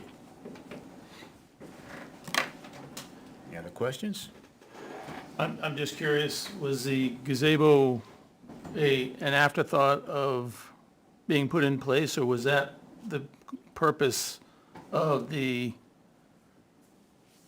I don't know how else to put it, but the illegal operation that took place prior to that caused this to be disturbed? Just a question. I don't know that you can really answer that. I'm not sure I do have the answer to that. I know I can confidently say that this buffer area here was disturbed due to the installation of the gravel access way. In terms of the vegetation within this area, it did not seem as though there were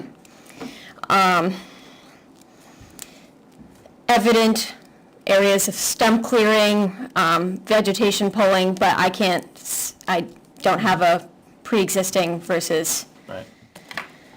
following the installation, so I don't have a confident answer. Okay, any other questions? It's time to hear from approving abutters, unless you have something else to add.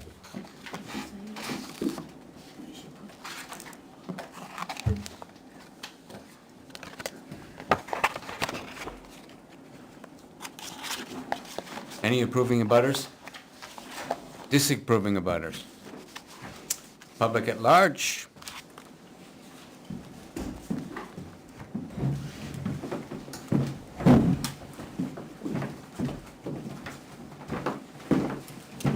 I guess I approve the gazebo, because I just want it to be like up here. Can you state your name for the Colleen record? DeLuca. Colleen DeLuca. Thank you. Could you show me again just where they were planning on putting the gazebo, because I really couldn't see from back Yes. there. And I am gonna approve the gazebo, but I just wanted to see. It's within this highlighted yellow box right here. Okay, so I was approving it because I feel that I don't think that it doesn't appear that it's gonna harm our environment, because I am on that road, and then I do have public access to the horse lake. So, Okay, thank you.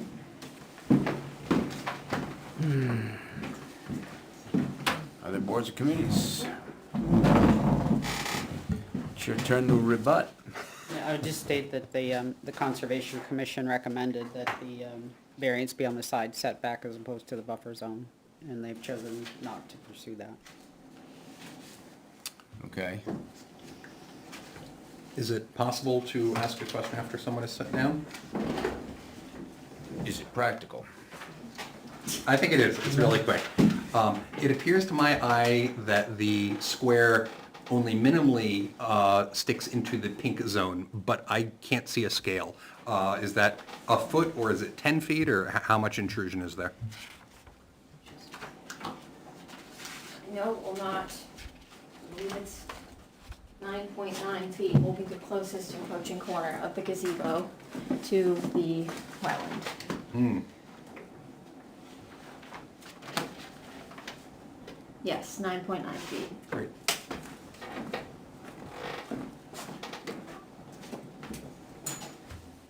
Satisfied? I am. Thank you. Great. Any other questions? Being none? If nobody else want to speak to this, we can close this and discuss it.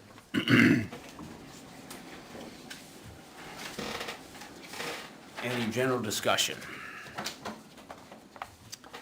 I think it was excellent that Janice brought up what the Conservation Committee said. Yep. That having been said, I think that it is definitely any citizen's right to either apply for the variance that one person suggests or to apply for a different one. And if either one would do the job, you know, it's entirely legitimate for them to choose to apply for this one instead.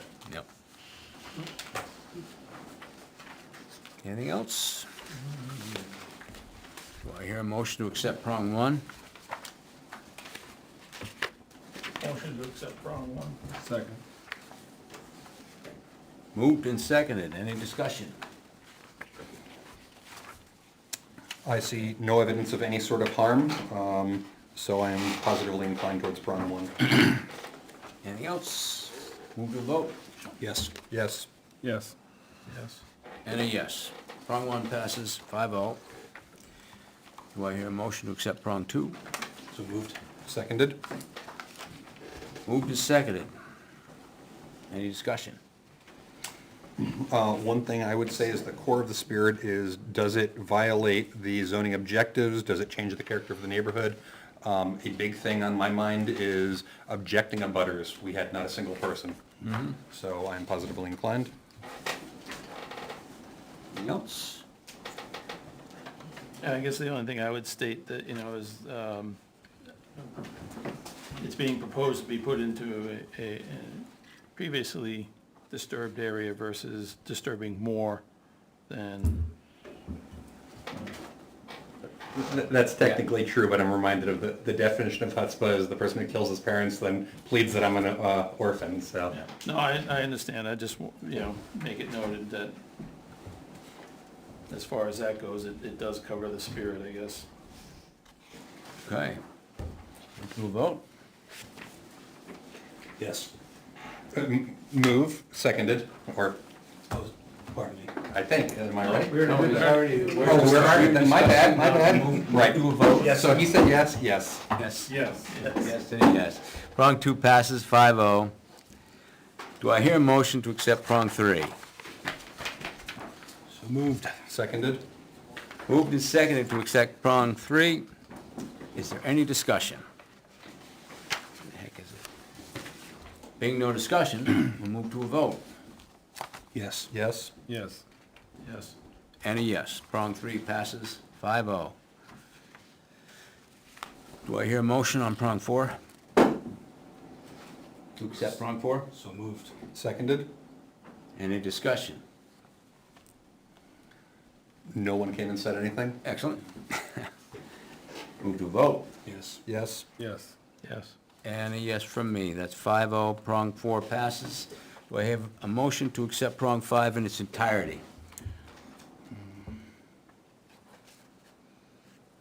Motion. moved. So moved, all right, second. Travis? Seconded.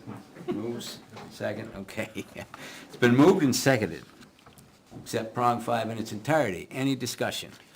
Yeah, I would say 5A I don't agree that it would create an unnecessary hardship by not having the structure. Right. They've owned the property since 2017, it hasn't been there. I don't see I don't see the justification for an unnecessary hardship if we were to say no on this. Okay. I agree with that. There is one Supreme Court case saying that if any allowed purpose is feasible, then there cannot be hardship. And I know that's in a particular case where someone had a one-car garage, and then, after 20 years, they said, actually, I wanted a two-car garage. And the Supreme Court said that there can't be hardship. You don't need a two-car garage. A one-car garage is fine, or a zero. And that's relevant here, I think. So I'm torn on this. I actually don't object to the project, but by a strict reading of the law, I'm also negatively inclined on prong 5.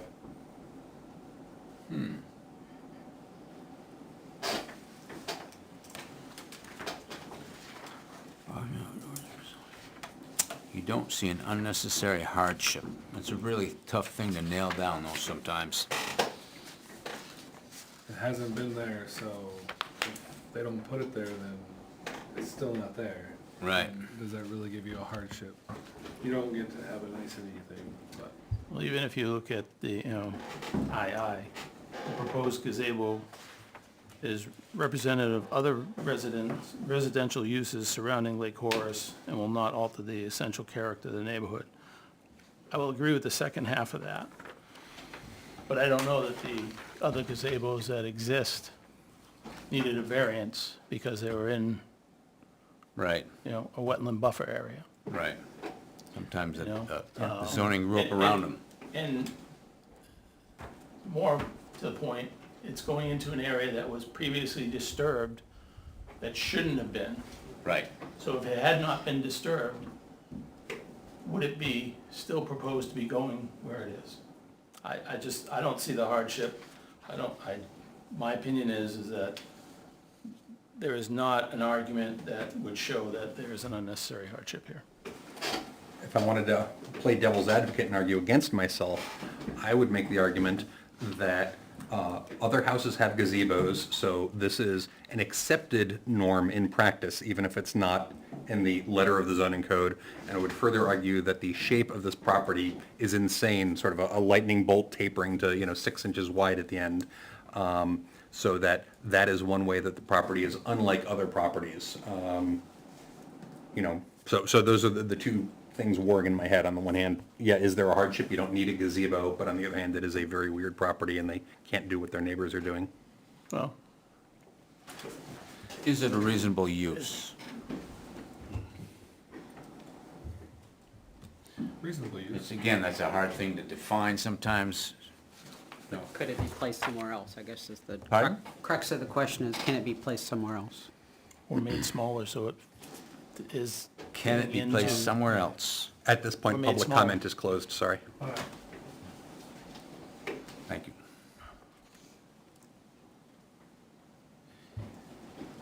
Is it a reasonable use? I think it is. Can they put it somewhere else? Possibly, but I think they picked the best spot. Only because They disturbed it. they already disturbed it. It may not have been the best spot. Right. We don't know. Yeah. I don't see the hardship. I don't see the unnecessary hardship.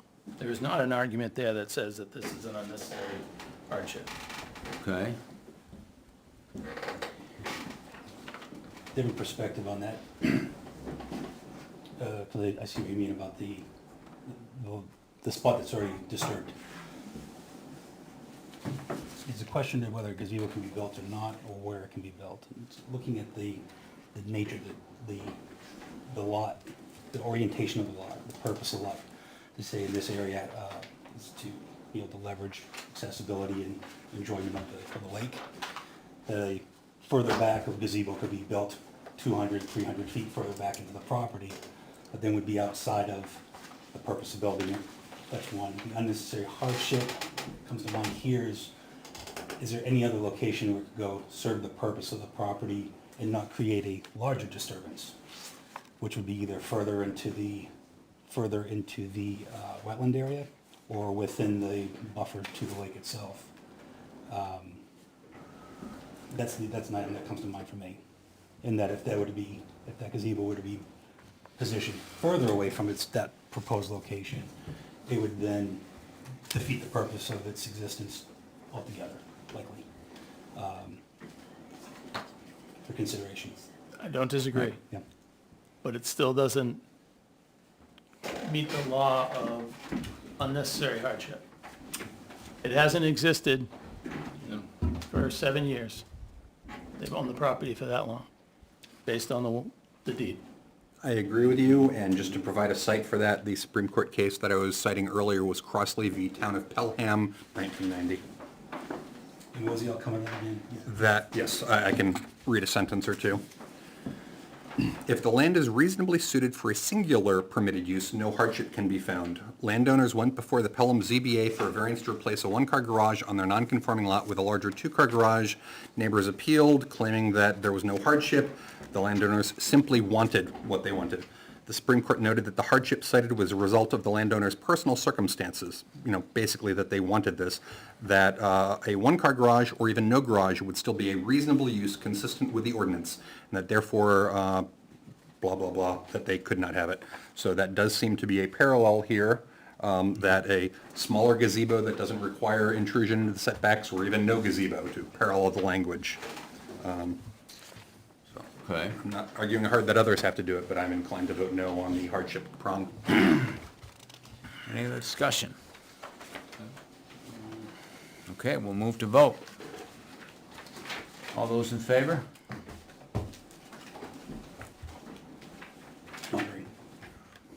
Take your time. Take your time. Are you going down the line and asking for yeses or nos, or getting the yeses first and then the nos? Well, we're kind of new at this. Okay. If you want to vote now, you can. I'll vote no. Okay. I'd say no. No.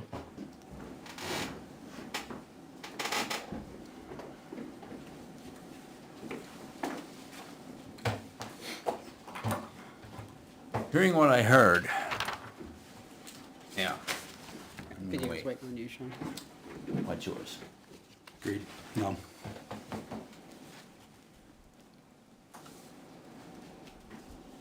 Did you hear him? You're not, pardon? He said, I agree, no. Oh, I didn't hear you. Yeah, I thought you were looking at him for an I'm answer. still waiting. Right on the edge of my You seat. wondering as well? Your vote was a no? Okay.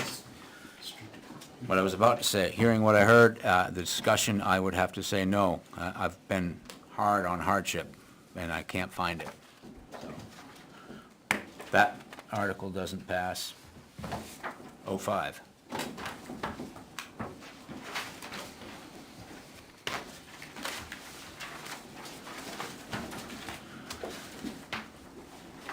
next application.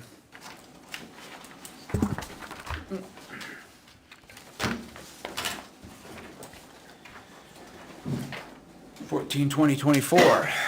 You guys had a good look at it?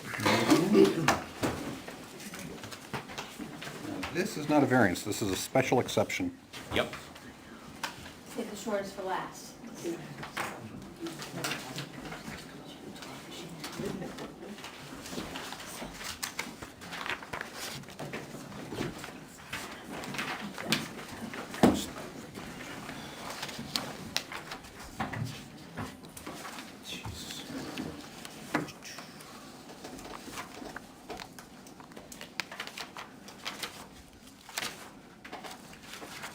You got the checklist, got the application. Another narrative. Another bunch of pictures.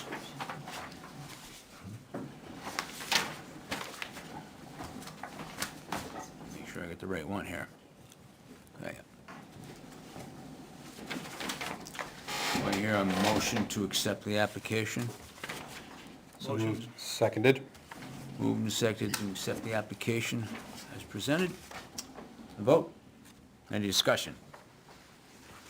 Okay, I'll vote then. And this is a vote to accept the application, yes. Yes. Yes. 5 yes, okay. Now it's your turn.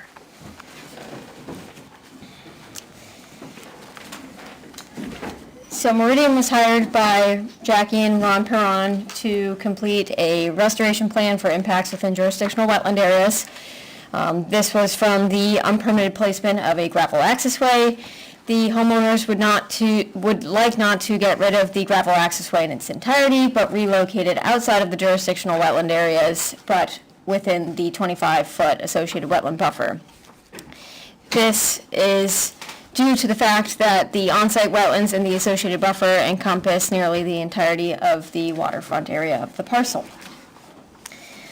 So with respect to Article 6, Section 1.3, the specific site is an appropriate location for such a use or uses in terms of overall community development. The specific site is an appropriate location for the proposed structure in terms of overall community development. This proposal intends to construct a gravel accessway that will allow the homeowners to access their waterfront area along Horace Lake. There are portions of the proposed accessway that will be located within the 25-foot wetland buffer of the associated on-site wetlands. That buffer impacts are unavoidable as the on-site wetlands and associated buffers encompass the entire waterfront area of the subject parcel. The specific site is zoned residential and the proposed structure is for private use, not increasing traffic, residential development, or nuances that could negatively affect the overall community development. Number 2, the proposed use will not adversely affect the neighborhood and shall produce no significant reduction of real estate values in the neighboring area. The proposed structure will not adversely affect the neighborhood and shall produce no significant reduction of real estate values in the neighboring area. This proposal intends to construct a gravel accessway that will allow access to the waterfront area on the subject parcel. The proposed use/structure on the subject parcel is representative of the uses of the adjacent properties that have waterfront access along Horace Lake. Therefore, not adversely impacting or causing a significant reduction of real estate values in the neighboring area. The proposed use will not be a nuisance or serious hazard to vehicular traffic or pedestrians. The proposed structure will not be a nuisance or serious hazard to vehicular traffic or pedestrians. This proposal intends to obtain a special exception for the construction of a gravel accessway located entirely on the private property. Can I interrupt briefly? Yes. You've used the word structure several times. Is that referencing just the gravel road? That's correct. Great, thank you. The accessway will provide the homeowners a private path down to their waterfront area that will be large enough to support a gator or a tractor, not large enough to support a car, as the primary residence is 800 feet away. This proposed use will not increase traffic or create hazard or safety concerns for pedestrians. The proposed use will not cause an undue burden on the town through the provisions of basic town services. This proposal intends to construct a gravel pathway that will provide the lot owners access to their waterfront area. A portion of the gravel pathway is located within the wetland zone land planning ordinance. This is an existing lot of record that contains on-site wetlands The on-site wetlands and the associated 25-foot wetland buffer encompass the entire shoreline frontage of the subject parcel. This proposed use will not cause an undue burden on the town through the provision of basic town services, as this is a private access way that will provide homeowners a private way to their waterfront area. The proposed access way and waterfront area will not be serviced by the town, nor will this area and proposed gravel access way contain structures that require basic town services. Adequate off-street parking be provided if determined necessary by the Zoning Board of Adjustment. Adequate off-street parking can be provided if determined necessary by the Zoning Board of Adjustment, given the existing conditions, and the proposed gravel access way will be located entirely on a private lot. Meridian finds this request unnecessary, as this would result in additional disturbance within the wetland buffer area. Off-street parking can be provided if necessary, outside of the wetland buffer area. A buffer may be required to screen neighboring uses from the proposed use. Buffers may be fence, screens, dense plantings of suitable trees and shrubbery, or natural occurring shrubs and trees. A vegetated buffer will remain between the proposed gravel access way and the abutting properties. At the closest point, the vegetated buffer will be at least 10 feet wide from the proposed gravel access way and associated grading, and from lot 105-4, which is to the south of the subject parcel. This buffer is made up of mature trees and shrubs, including but not limited to red maple, eastern hemlock, and yellow birch. An additional buffer can be required if the board deems this necessary. The Zoning Board of Adjustment, in granting any special exception, may include such restrictions or conditions to ensure compliance with this section. The Zoning Board of Adjustment can apply any conditions that apply to ensure compliance with the section following the issuance of the special exception. A gravel access way can be permitted through a special exception as stated within Article 28, Section 7. I'm more than happy to answer any questions at this time. So what specific paragraph are you requesting a special exception to? 28.7? Yes. 28.7, It states within the section of the zoning ordinance. Any necessary federal and state wetlands permits must be obtained for any street, road, or other access ways and utility right-of-way easements, including power lines and pipelines, if essential to the productive use of the land, and if so located and constructed as to minimize any detrimental impact of such uses upon and within the wetland zone.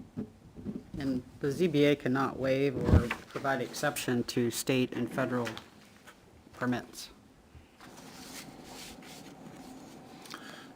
The question I have is specifically where the proposed gravel road bed impinges on the 25-foot setback. So first of all, I think we're talking about the pink southern setback line, is that right? That's That correct. impinges? And I'm looking at the map. If we look at the left-hand side of the pink line, it has two sort of pointed bits. I believe that the encroachment is on the second pointed bit, is that correct? The encroachment is identified as this cross hatch pattern here. Great. And this accounts for the 8-foot wide proposed gravel access way as well as the associative grading for the installation of the access way.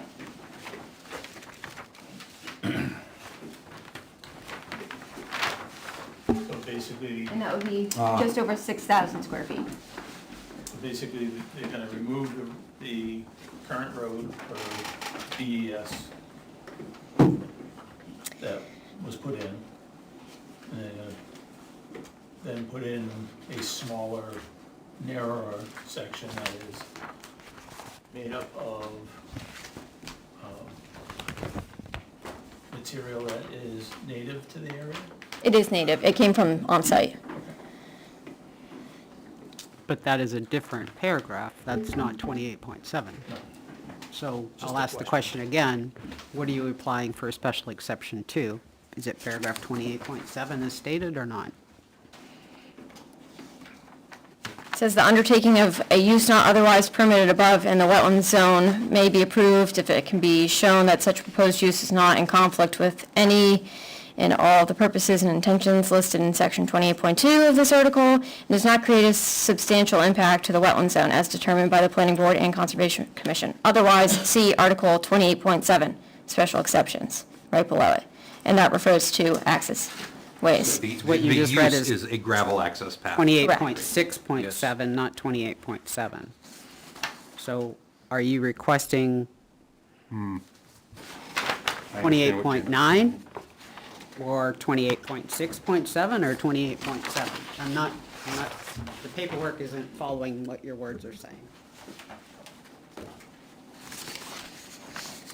As discussed with the planning board in the conceptual meeting in May 9th, we brought up the idea that we would need a special exception for the installation of a gravel accessway. There was no disputing that from the planning board chair.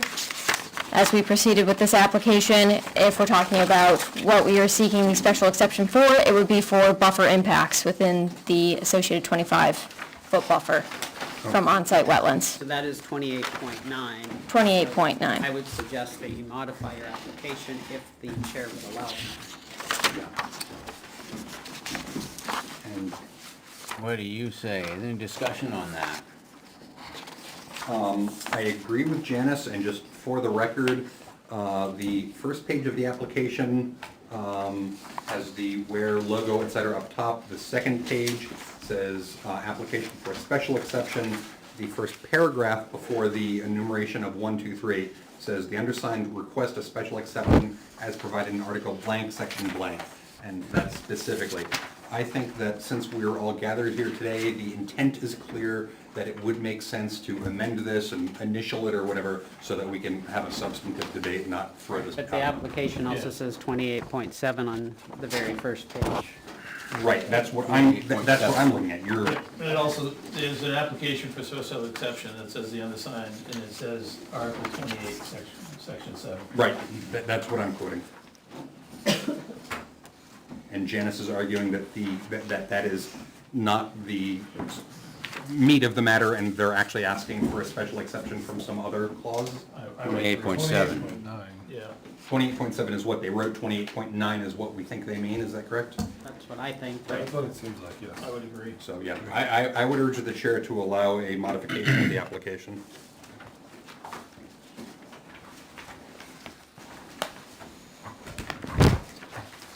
Well,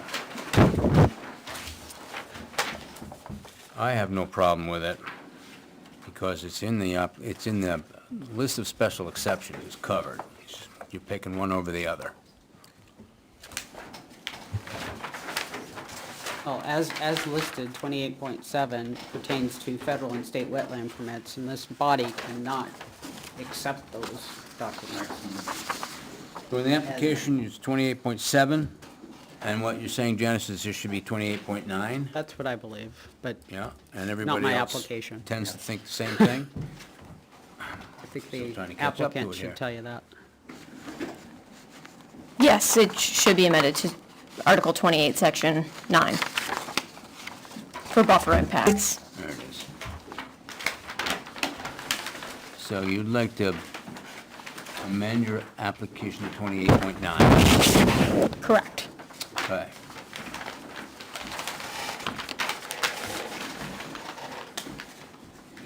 .9 it is.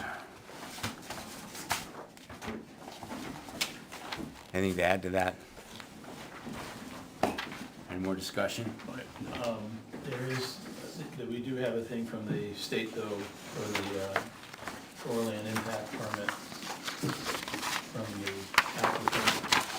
And it does say that, permit description, impact, 6,035 square feet of protected shoreline at Village of Brookdale, realigned gravel road, gazebo, and a pervious path with the filling of a rutted area and planting. So, I mean, they do have something from DES Right. that describes the path that they're looking to get here. We cannot really No, we can't. on 28.7, but we can on 28.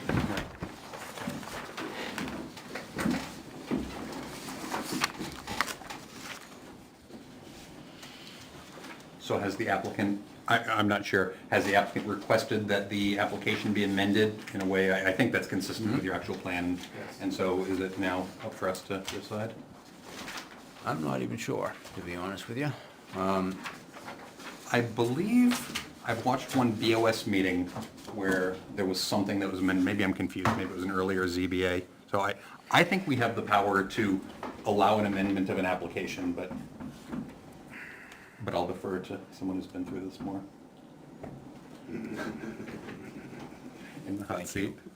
Malcolm, what I would suggest is that in the, versus tying them up for another month, Right. I think it's very simple to change a 7 to a 9 on the applicant, on the application, and then we can always vote on the completeness of the application as amended. I like that. We're going to accept the application for a special exception with conditions. What are the conditions? I don't think it's conditions. No, not conditions. As amended. It'd be as amended. The application as amended. As So- amended from- So the motion needs to be, Would you like me to make it? yes. Okay. So I would motion, Sorry, just a second. Are you done with your, anything else you want to add? Because we kind of skipped around here. Approving of butters, disapproving of butters, anything like that? So I actually, I'm sorry. let's No, go ahead. Okay, so I had one more question. I asked you Yes. a question, and you helpfully said it's the region of the check marks, and I think, or the cross-hatching, it's the plus sign fill, is that Yes, correct? Great, that is thank you. correct. So the plus sign fill is noticeably wider than the gravel path itself. What's going on? Why is the plus sign fill wider? Is there sloping or contouring or plantings or something to enable the gravel path? Yes, within this portion and then westerly, this hatch pattern accounts for not only the gravel access way that is within the buffer area, the associated grading, which is basically the tapered 2-to-1 side slopes, as well as the regrading coming out of this jurisdictional wetland area and into the buffer area, which will be seeded and restored Great. as a part of the restoration plan from DES. Excellent. So my discussion here is having looked very carefully at the map, because, I think we all have the same thought about the gazebo itself. Hey, why do you actually need to do this? This is plausibly an imposition. When I looked at the map, I saw pretty minimal, so the affected area is noticeably large, but only small portions of the affected area are within the wetland setbacks. And if you open up the map and look closely at that southern pink line, it just kisses that twice, and, there might be 100 feet or so there, but it didn't seem like a ton to me. We're discussing a special exception, right? Yes. Okay. Yeah. So is there any other way to get down to the lake without this gravel pit, the gravel driveway?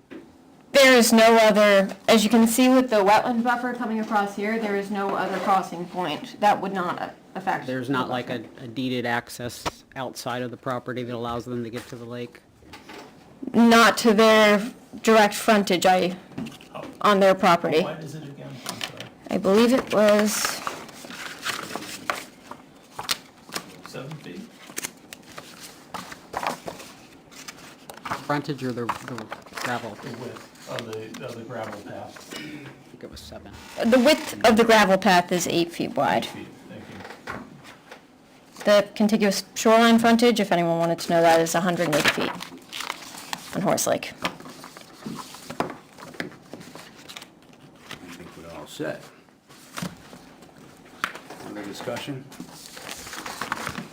We're going to close it now. Close this deliberation. And you need to make a motion. Yeah.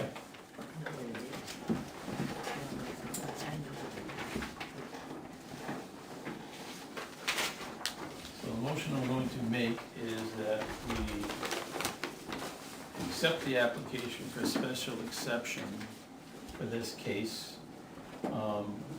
with an amendment to. As amended. As amended, excuse me. By the applicant. By the applicant. As it reads, the undersigned hereby requests a special exception as provided in Article 28. That will not change. However, as it reads right now, it is section 7, it will be amended to section 9. That's my motion. Seconded. Okay. Any more discussion? I would recommend that you have the applicant sign your copy. You'll vote. Yes. Yes. Yes. Yes. Yes.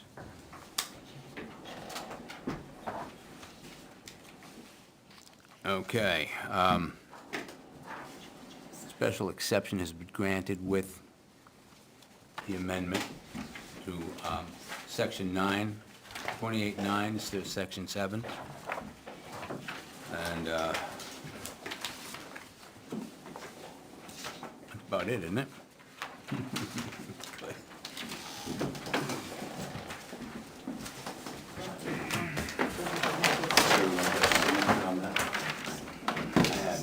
I think Naomi's taking care of it here. Yeah, Naomi's got all that stuff. Excellent.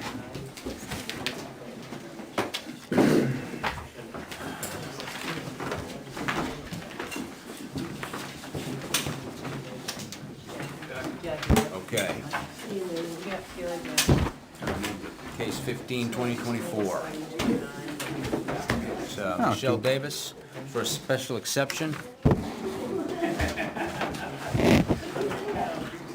Just there. Butters.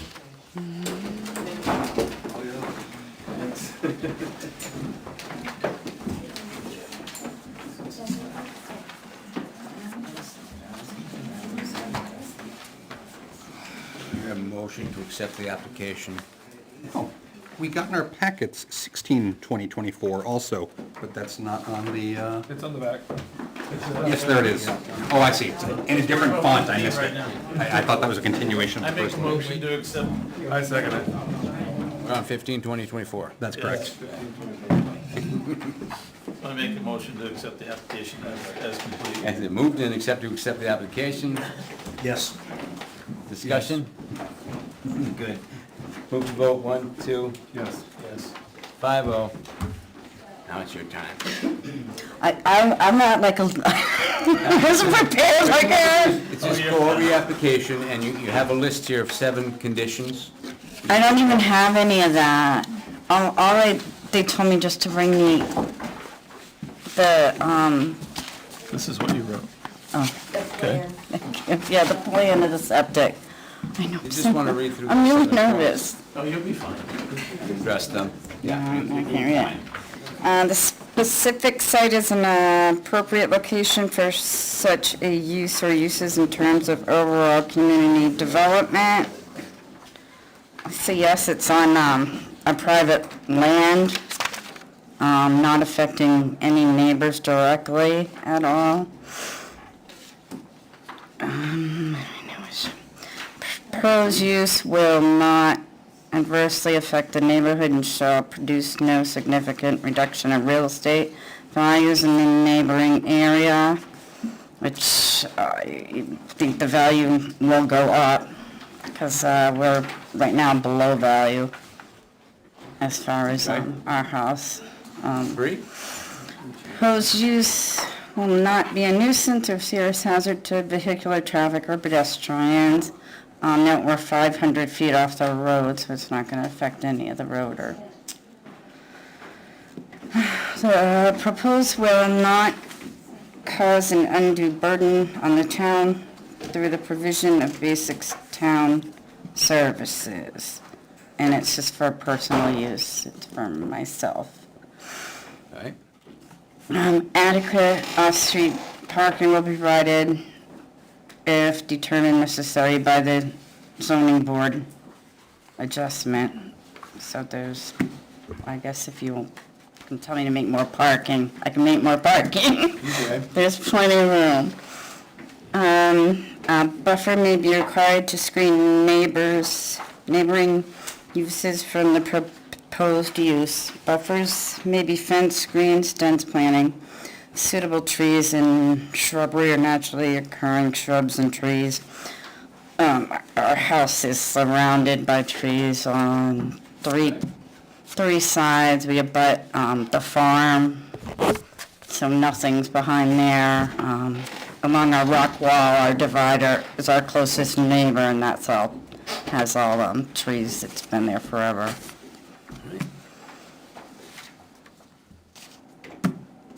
I don't know what else I'm supposed to. So you're willing to accept any reasonable conditions? Yes, Granting of the exception? yes. Okay. Thank you so much. Approving of butters, disapproving of I butters? know, I talked to all my neighbors. Other boards? They wanted to know who Michelle, Miss Melissa was, because the letter said Melissa, but my name was Michelle. So they did not ask about who Melissa was. Melissa. Yeah. Okay. Nothing to add. Okay, we're gonna discuss this now. Well, Close I the have delib- some questions. Sure. Oh, I'm sorry, go ahead. Thought you were done. Okay. Can you describe the location of the in-law apartment compared to the house? It's going to attach directly to the house. In terms of from the 28 street? by 36, the same, I'm sorry? In terms of visual from the street, where would the attachment? You couldn't see the street. So it's behind the Yes. house? Your And- sep- It's right. We'll Well, be adding another door to the front. yeah, it's straight across, yeah. But it's blocked by all the woods. Straight across. So is it attached to one of the sides of the house? Correct, that's where we want it. And the Attach it setback to of the side. house is 500 feet, is that what I read? That's about how long the driveway is. 677 according to it. Yeah. That's the whole length. And so will there be a Oh, I new didn't see that. entrance or exit that faces the front of the house? Yes. Square footage is correct. So one question there, going for a 4-bedroom house? Is that what it looks like in the plans? Going from, Yeah, he wants to add, we want to add one bedroom and then the in-law apartment. so if I'm getting this right, the sewage system calls for 3-bedroom? Not 4-bedroom? That's what I saw. I saw an application for a separate septic. Yeah, that's what we just had a new septic system. Yeah, so what he's referencing,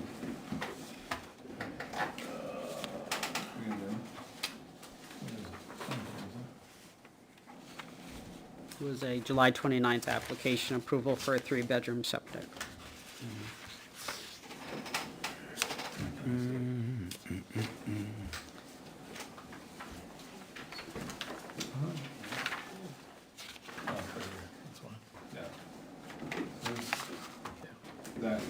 I have this. separate bedrooms is 3. It should be 4. So you're gonna add that. Let's see where it pulls up. That's the question. Because the permit says for. What we do. 3-bedroom place, which is what you already have.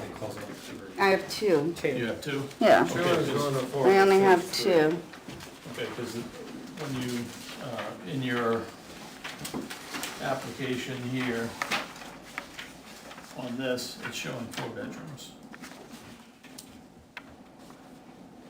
It would probably show 3 and then the in-law apartment.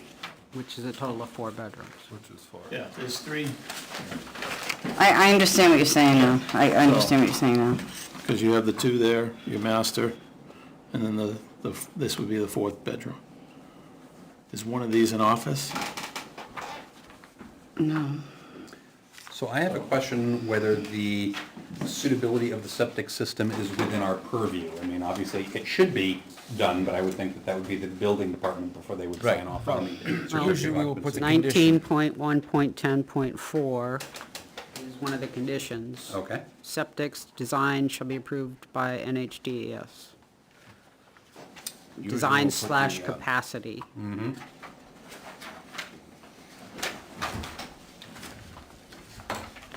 And the next one down says that there will be no new entrance or exit facing the front of the house.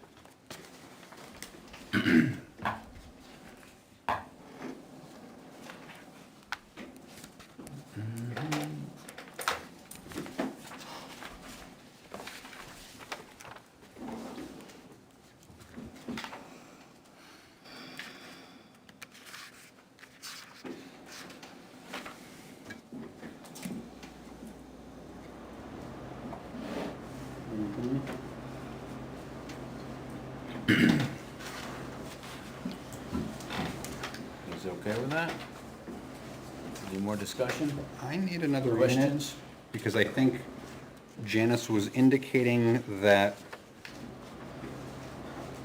under the rules for special exceptions, they have to do this, so it does get elevated into our purview. Do we think that they have hit the requirements to get a special exception? Yeah, 19.1.10, point 1 through point 8. And that's, I've got to chase the stream of footnotes. Is there where we could leverage section 7 with special exceptions, restrictions of or conditions to ensure compliance with this section? Exactly. So we can Except with the special conditions. Let's do the Exactly. conditions that bring it in alignment with the orientation of the door and with respect to the number of bedrooms of the septic. Right. Janice, I think I heard you say 19.1.8, but 10, 19.1.10, page 26. Special exception is for granting the in-law.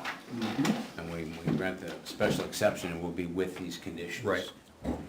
Written right into the...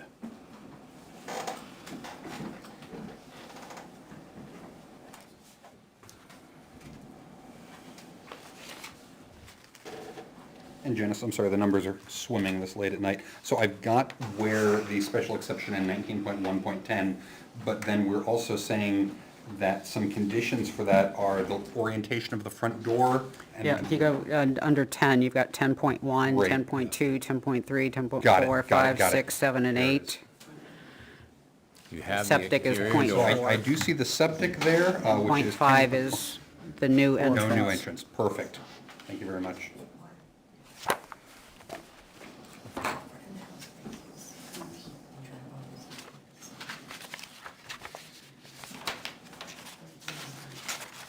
You have enough parking.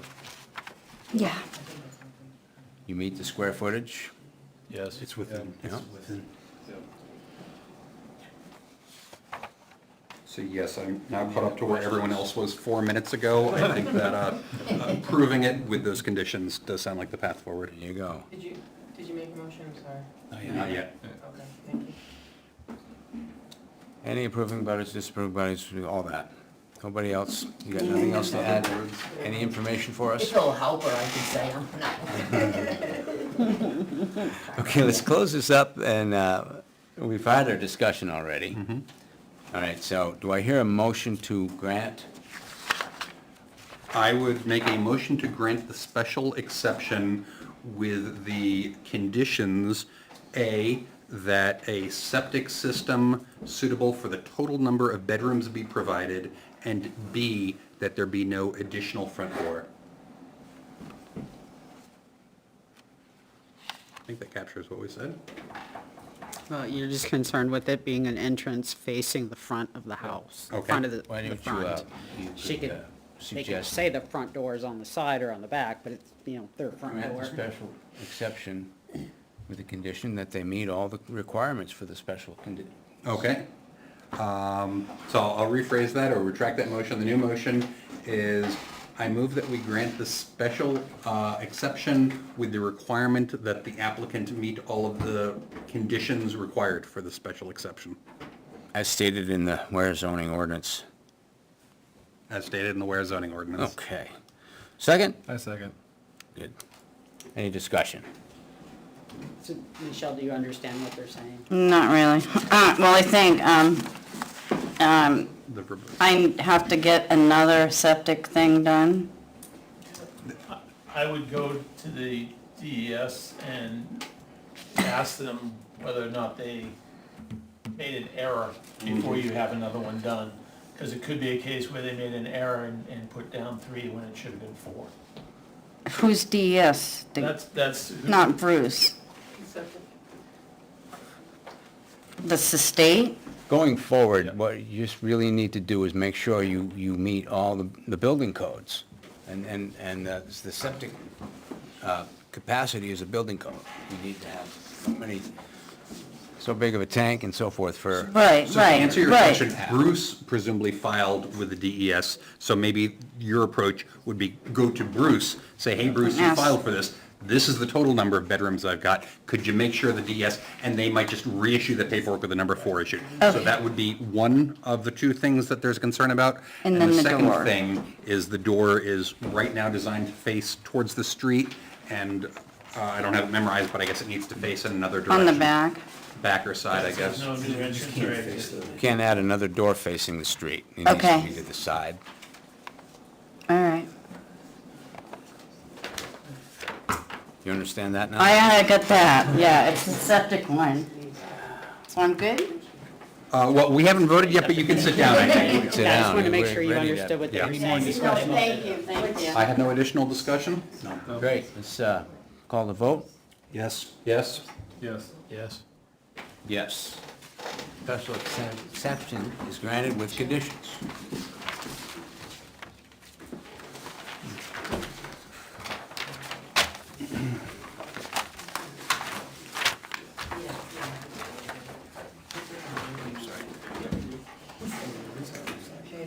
Last but not least.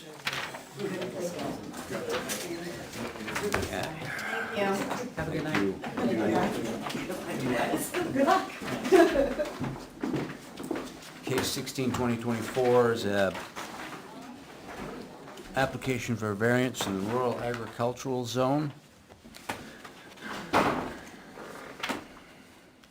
They're seeking permission to build a house on class,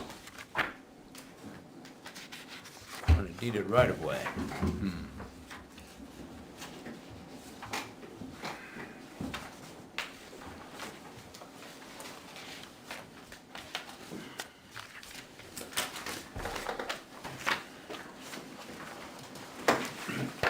You guys satisfied with the application?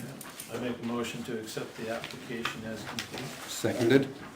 Moved and seconded to accept the application. Those in favor? Yes. Yes. Yes. Yes. Any yes, 5-0. All right, your time. First of all, we're a little confused why we're even here. We went to the planning board, I went to the building department to file for a building permit. We were told to, I'm sorry, I didn't, I'm I sorry, didn't get your name. I'm sorry, Heidi Parks? Frank Parks. Frank Parks, okay, you're the applicants. Yes, Okay, excellent, all right, go. sorry about that. Okay? So I dropped off the building permit and they instructed us that we had to go for a state driveway permit because our driveway will access Route 77. We filed for the driveway permit through the state. That was accepted, approved. Then we went back, I went back with the driveway permit, and they said, nope, hold on, we got an issue with the 911 numbering system, because there wouldn't be a number. So they said that we would have to go to the planning board, so we did that. And they told us to apply for a current use. No. Is it, no, special, conditional use, sorry, Initial use. conditional. use. Conditional, Yes. Conditional. So Okay. we went and did that, and they said, no, that's not what we needed. We either need to put in a town road or come to you folks. So at that point, we were lost, very confused because there's no ruling on building on a right-of-way. It's a deeded right-of-way, so it's always been there. So at that point, we reached out to our attorney just to get, some legal advice, which I can share that letter that came in after our package, so I couldn't include that in. I'll give that to you to start off with. It's a letter from your attorney? Yes. Okay, thank you. Thank you. Thank you. Thank you very much. I'll take one for it. Yep. Gotcha.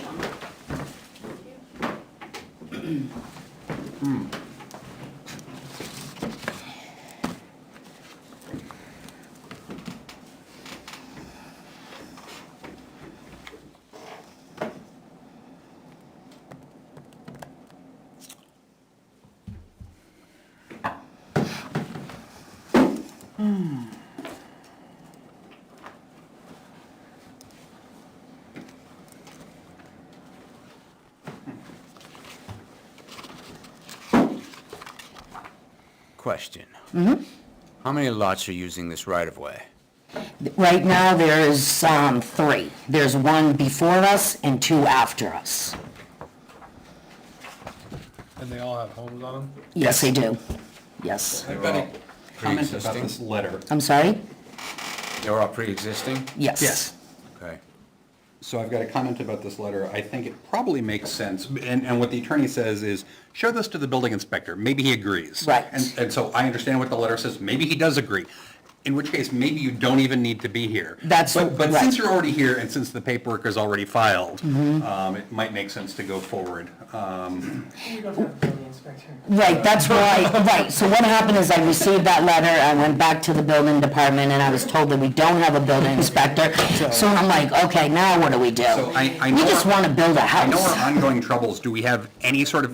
she came in between. Okay. Right, it came in between, correct. Right.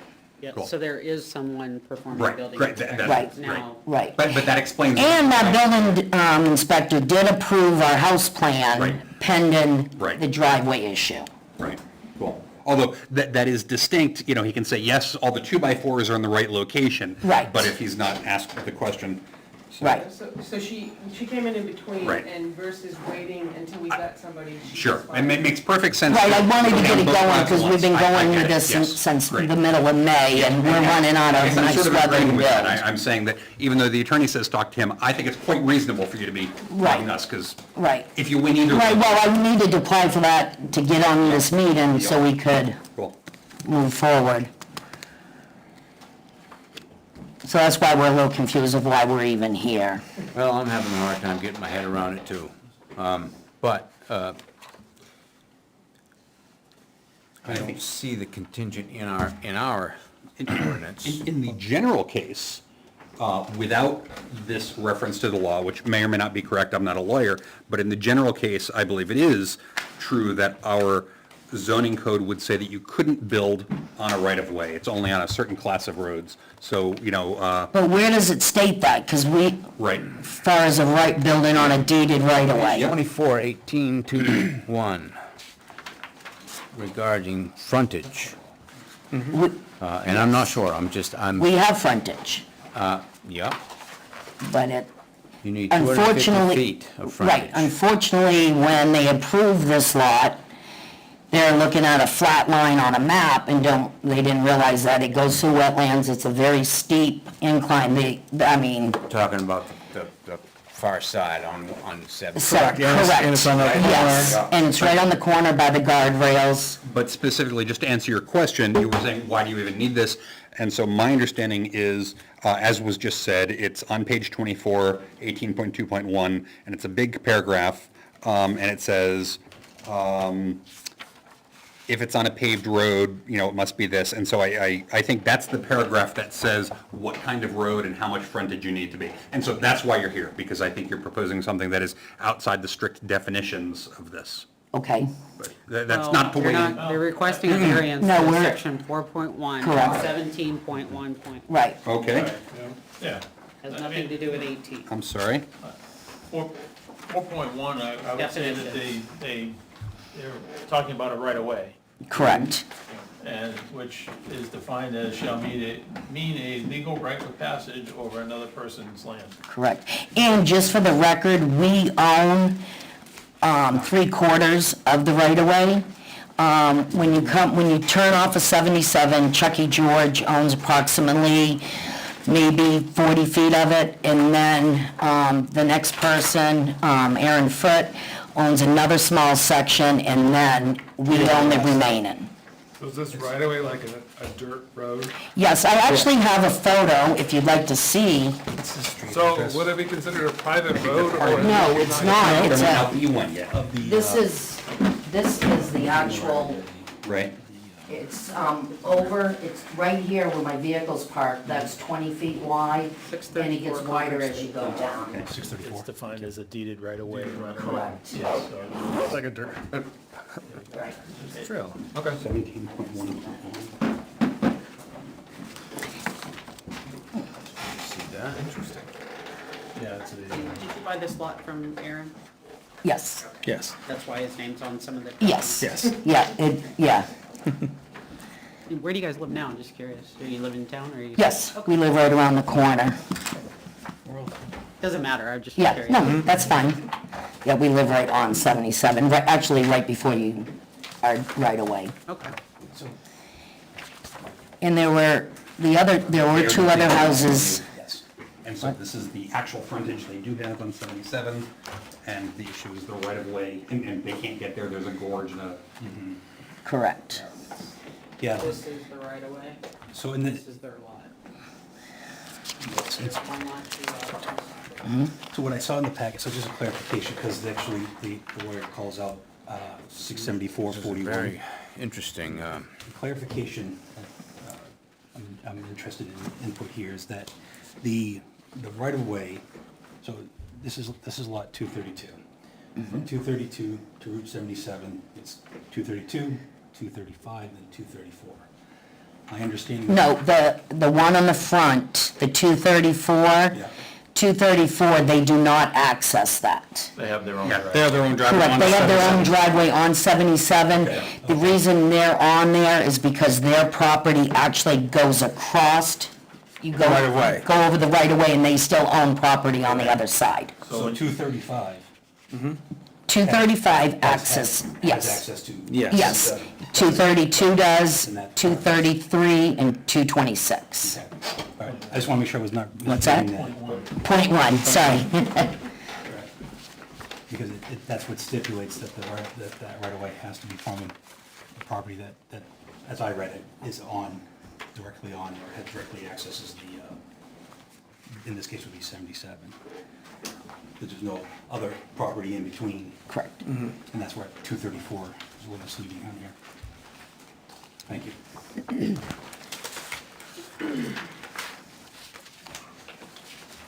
So the 2024 town vote amended paragraph 17.1.1. Wonderful. Yeah, this is where we haven't updated our docs yet, right? Yep.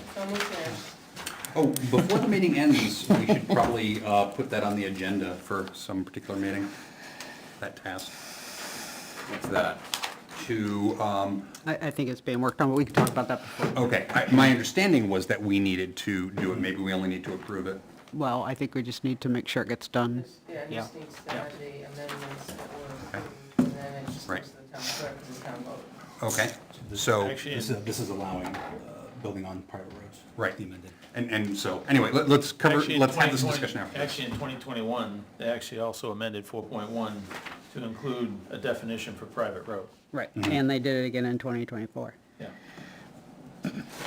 And this, So is the belief that the copy of the zoning code we have in hand says they need a variance, but the actual code as it exists in the ether, not yet actually printed out, says they don't even need it? Yeah, I think so, that's what I believe. I like that.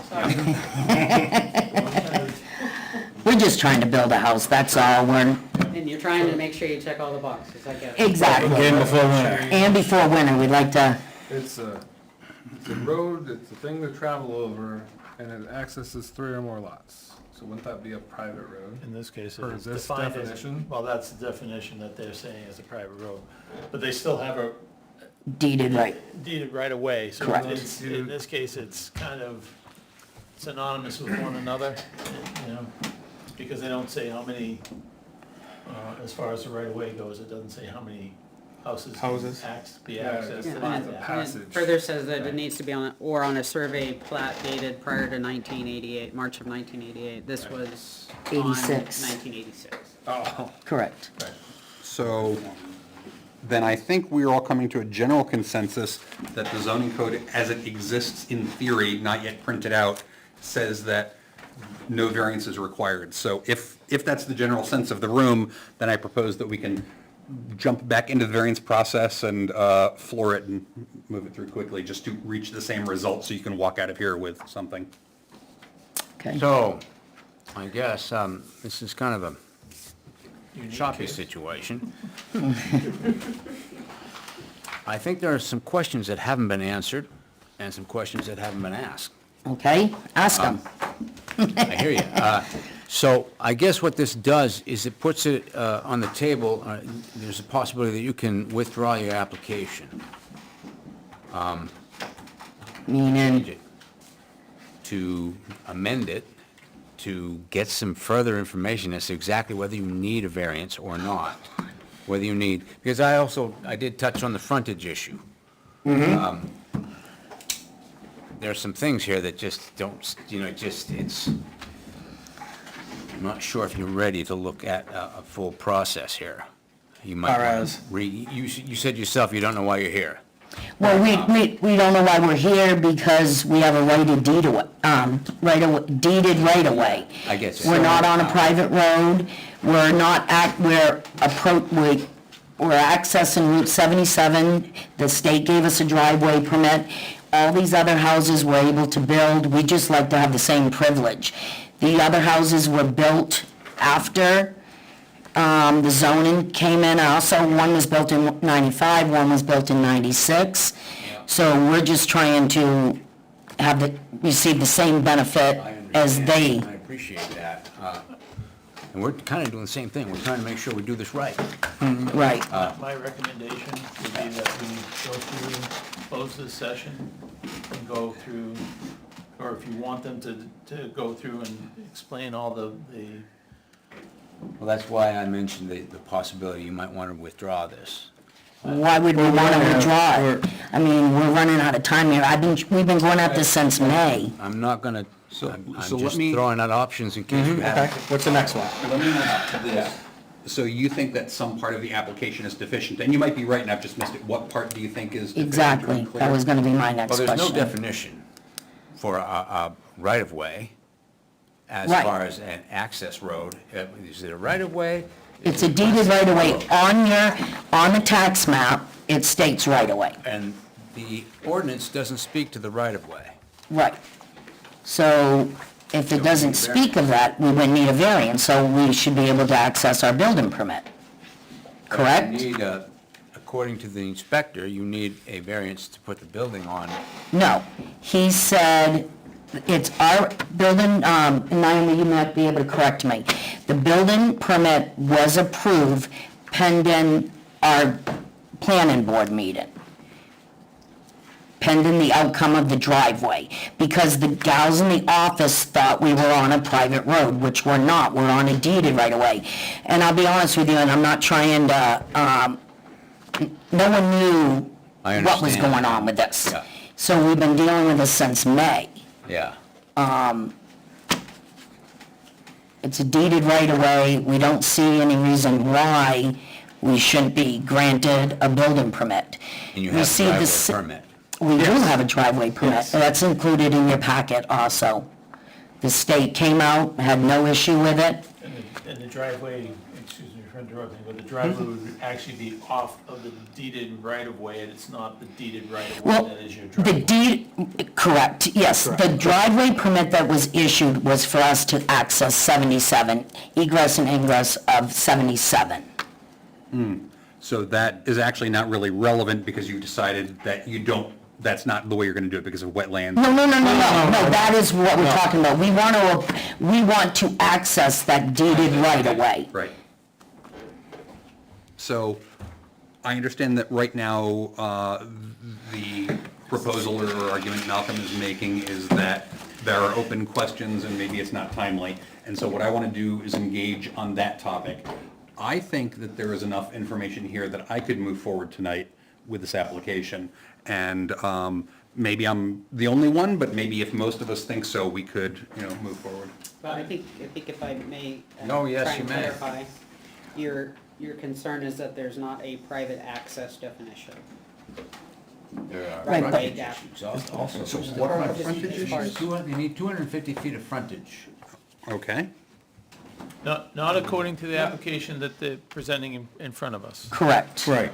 That you're bringing into other articles that are not relevant to the application that's Right, being and if- presented. And if there's not a definition of right-of-way in the ordinances, why should we Right-of-way pay the is- price? Because there's no definition for The it. definition of private roads that was added is an access to 3 or more lots shown on a survey plan dated prior to March 1988 or a plan approved by the planning board. And that right-of-way has been there since 1986. 1986. What are the 3 or more lots that we think it provides access to? 235, 226.1, and 233. right now. Great, okay. Correct, And we're not including 234. correct. Great. They could have used Okay. it, but they chose not to. Right. I'm not sure they could have. No, they could not have, well, they could have, but they would have, I mean, they could have, but it would have been kind of crazy, right? Okay. Exactly. Right. All So- right, well, I think we've chewed on it enough. I want to make sure that, you know, we're on the same page as far as trying to get it right. Right. No, and I understand, and my point again to that is, there's no definition of a right-of-way in the ordinances, so why should we pay the price for not being able to build our home on a deeded right-of-way because there's no definition of right-of-way in the ordinances? Well, there is a definition of right-of-way, it's just not. Clear. It's not called that. It's, Correct.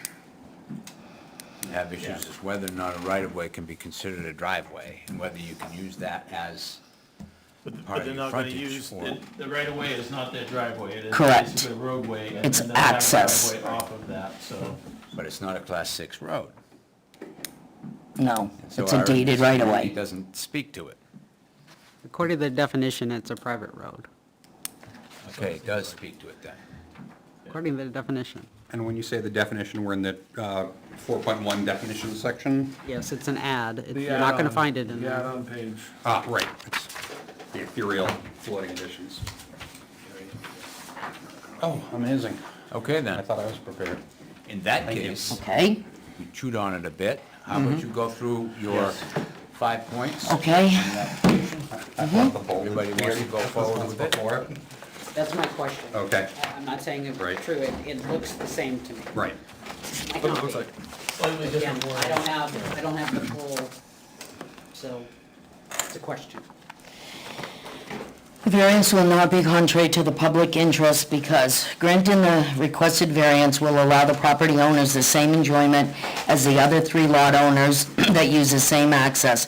The surrounding lots already have single-family homes on the lot via common driveway. The proposed request will not alter the essential character of the neighborhood. Instead, it will allow owners access, which was the intention in 1986 prior to zoning.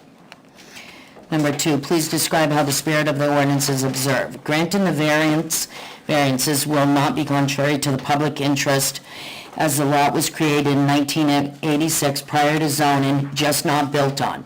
Granting approval will allow the owners to build a single-family home. The only suitable access is via this driveway as the frontage is located on a curved state highway with guardrails and properties steep and wetlands.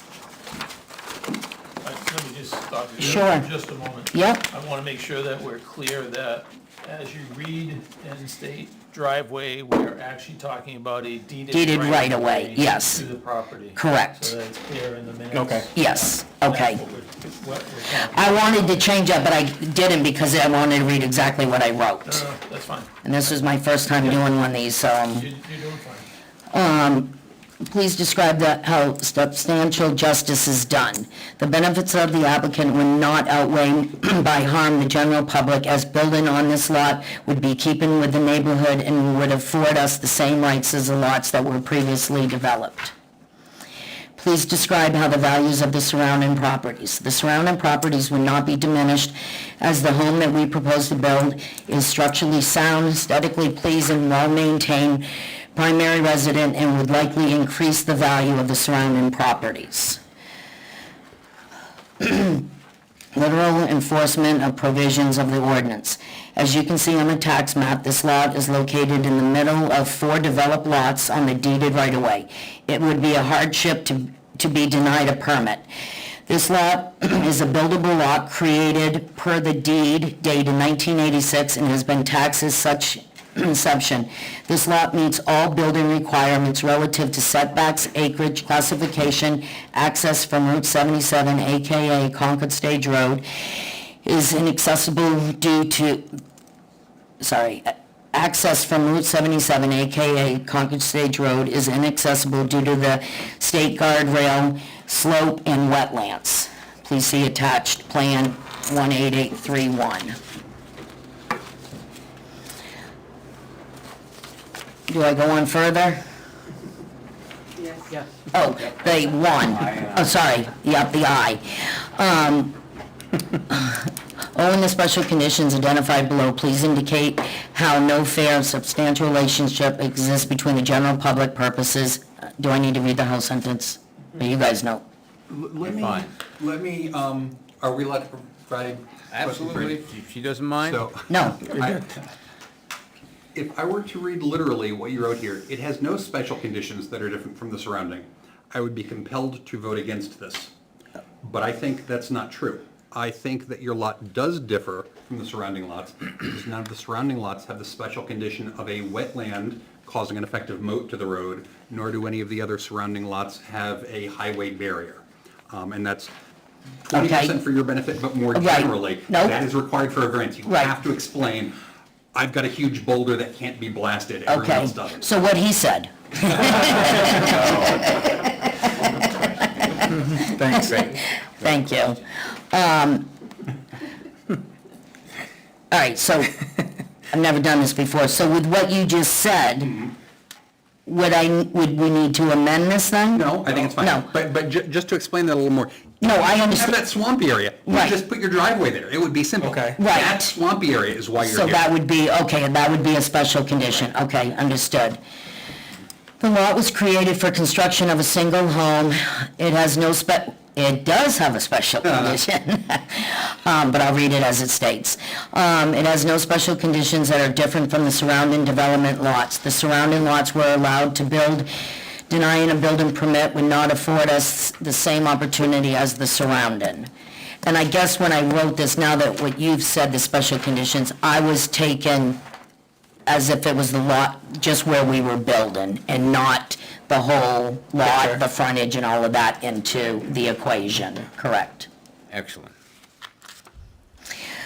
Only the special conditions identified below, the purpose used is reasonable because building a single-family home is in with keeping within the subdivision. This lot meets all requirements as a conforming lot.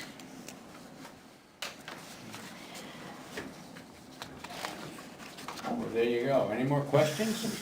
No, you had concerns about the front setback, and I want to make What? sure the front setback. You had. Was it you- the setback or was it the frontage? Frontage, excuse me. So this is a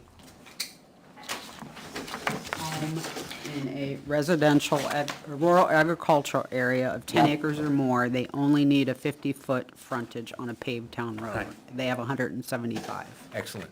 okay? All right. Thank you. Thank you. 175 is on Route 77. Thank you. Great. Yep, there, I see it. Questions? Anything else? Any more questions? Good job.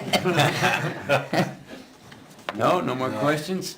Approving of butters, disapproving of butters, public at large, other boards, committees.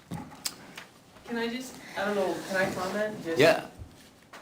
I'm the one that tried to help her through the process, I don't know if we did it right or wrong. Because in 2020, what we followed was, in 2020, we did a similar situation, that's the only reference we could come up with. Correct. Town council had advised the planning board in 2015 to do such a thing, go to the variance for 2 or more homes on Sparrow Lane, which is off of Maplewald. Yeah. So we found that information, then she looked a little further, we found 2020, when the applicant went to the I don't mean 401 to- Common Drive. Should I hand this out to them? Oh, you already put it together. Okay. So I'm just saying, Okay. in that sense, the application at 2020 was for the 4.1 common driveway because it was more than 2. Correct. As well as the 1711, and that's merely what she followed because I haven't had a chance to fix your other thing, and she'd been suffering since May. Right. So I tried to help, whether I did it right or wrong. Okay. Was not in any, she tried, we tried, so I just want to tell you. Duty to assist. Yes, we appreciated the assistance, because we were lost. It's not hard.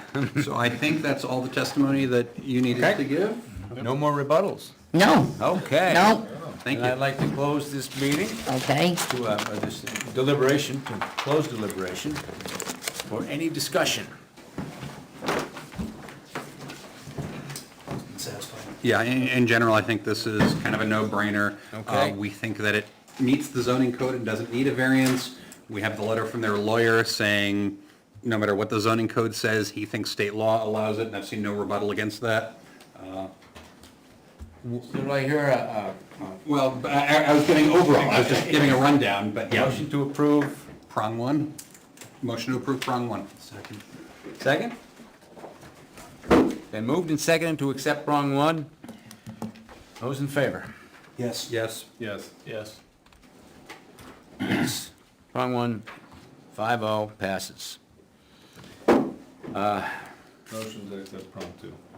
Great. Second it. Moved and accepted to accept prong two. Any discussion? I know I'm not a voting member, but I would just say that it does meet the ordinance, so the spirit of the ordinance is Yeah. actually observed. All right, cool. Move to vote? Yes. Yes. Yes. Yes. Any yes? Prong two passes 5-0. Move to accept prong three. So moved. Second. Any discussion? Move to a vote? Yes. Yes. Yes. Any yes? Prong three passes 5-0. Do I hear a motion for prong four? So moved. Second. And moved and seconded. Any discussion? Move to a vote? Yes. Yes. Yes. Prong four passes 5-0. Do I hear a motion to accept prong five in its entirety? So moved. Second. Moved and seconded. Any discussion? The one thing I would say is that there would be an unnecessary hardship if we would not grant this variance. As it's written, based on the wetlands that cover the frontage of their, of 77. And to add to that, the intent of the ordinance is, hey, in general, it should be easy to access. And in this case, there's sort of a higher thing that makes it difficult, which is we don't want paving over wetlands, so that would imply that a workaround would be plausible. And also, it would, the fact that you'd have to get some other permits from the state to remove guardrail. and Right. Just would endanger that area, I think. I gotta add something here because, I think it's important. I'm not sure. Usually when we grant a variance to build on a private road, which is essentially what we're doing if we pass this, we have conditions. We didn't discuss the conditions, and I The four apologize for that. conditions, Pardon? the four conditions, the sign, the driveway maintenance and all of that. Exactly. We're good with that. You're aware of those? Yes. Okay. We're good with that. We'll do whatever. Okay, so,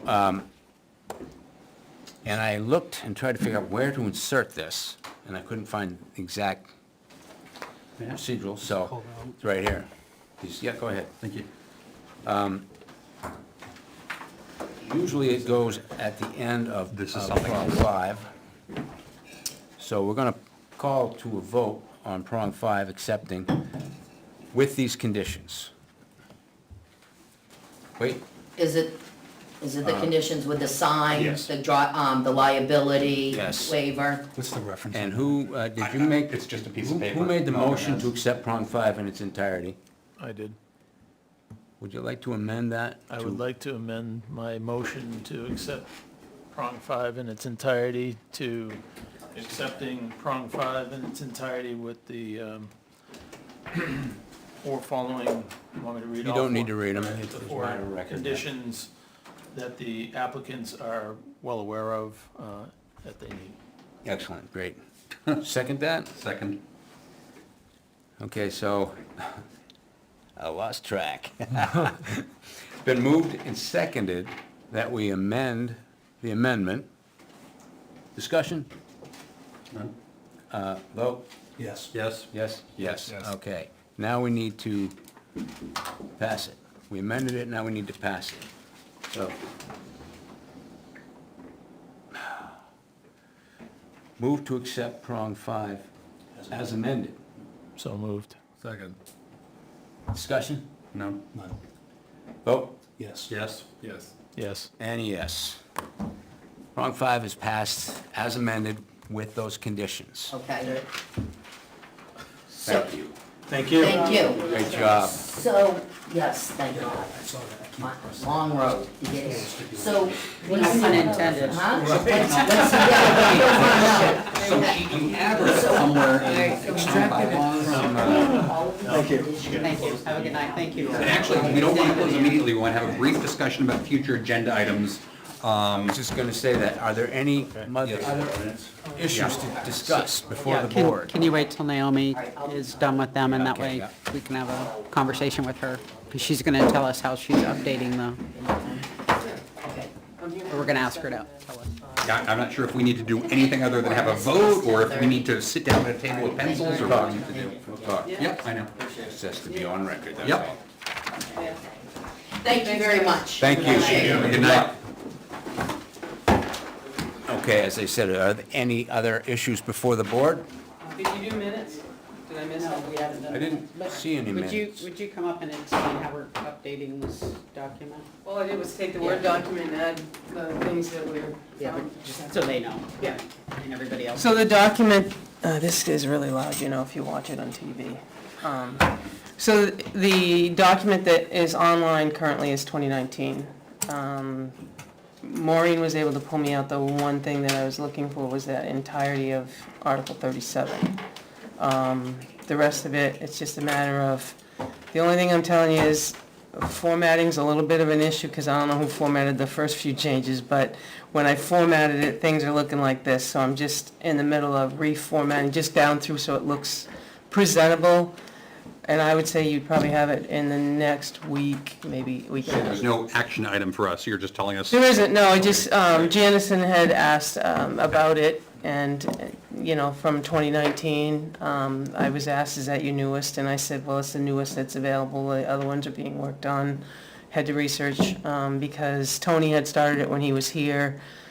Somehow along the way, all the amendments never found the right spot, but. Right. So Janice, you Regardless. sent an email on the order of 6 weeks ago saying, hey, be aware. Right, because, and since then, I've And talked to Janice, Mary. Right. yes, Janice has done a lot of work, and I Yeah. thank Janice for that. So basically, at that point in time, I got the At that point in impression time, that wasn't. there might have been that action items, but now we're saying there are no action items, so great. Yes.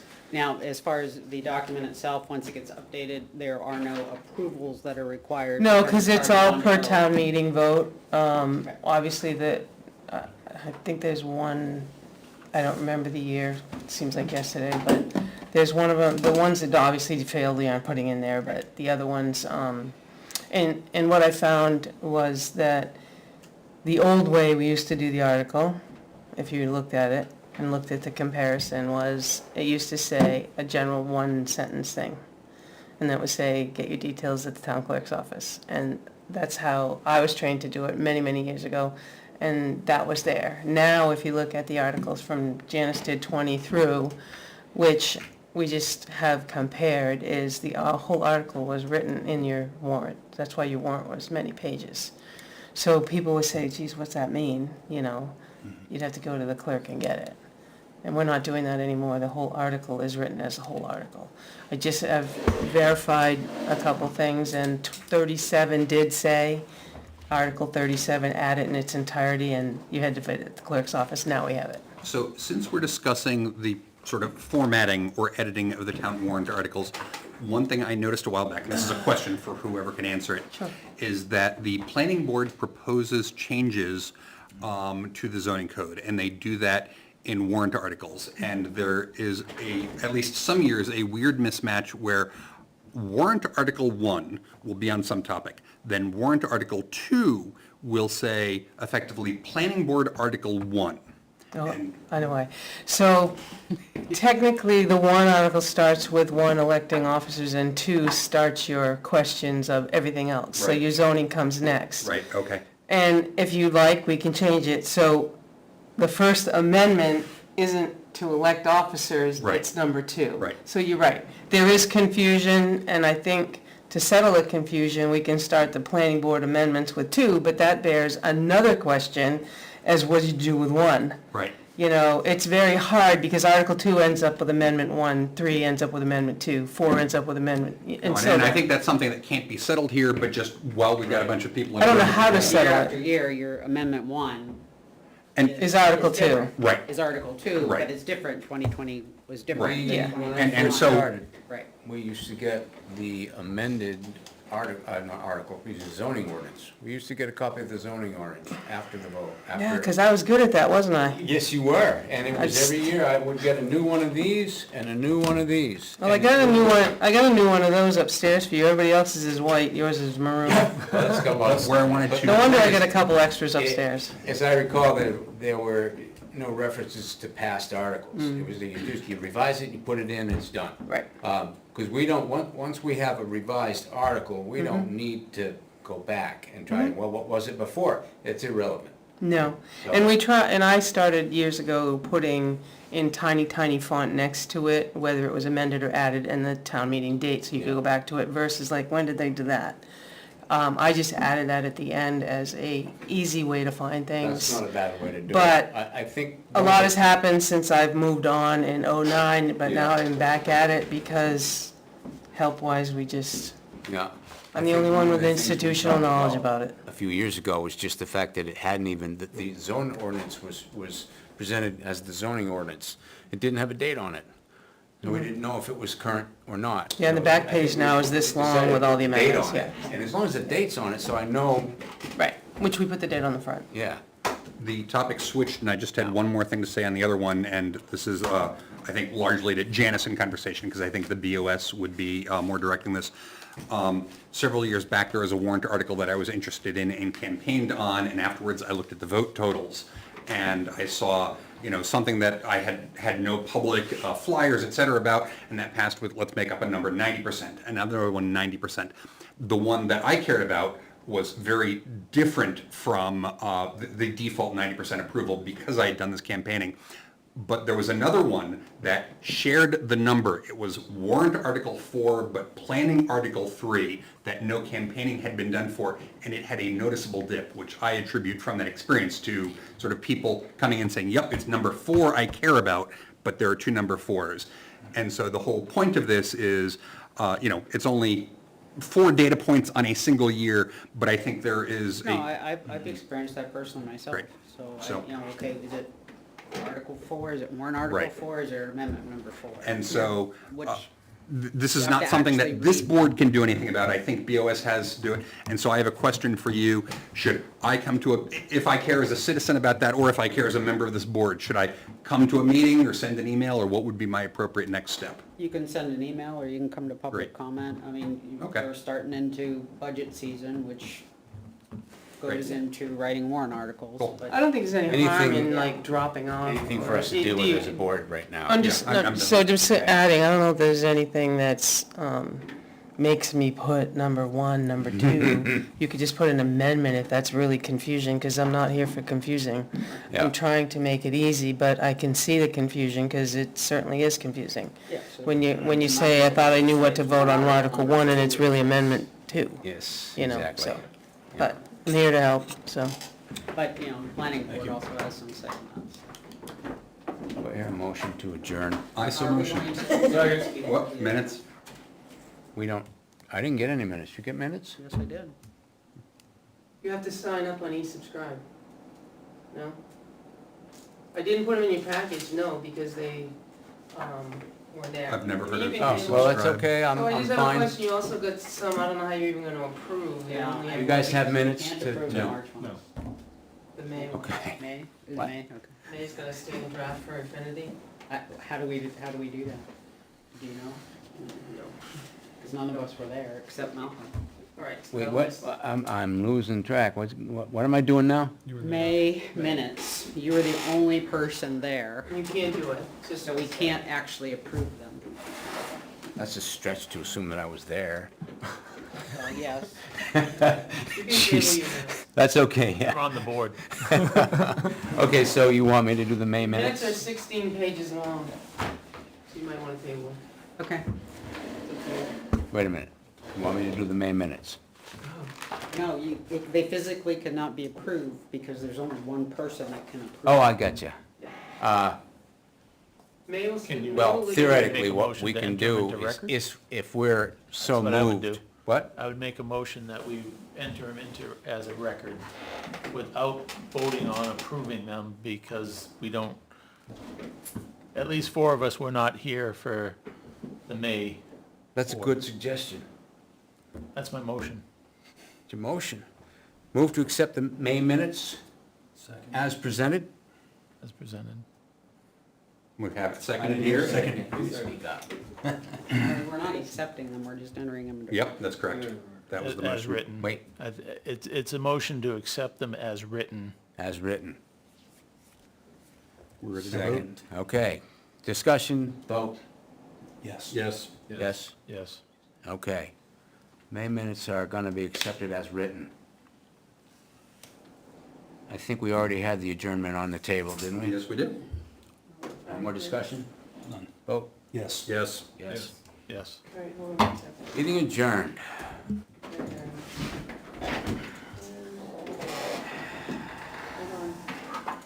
Well, I gotta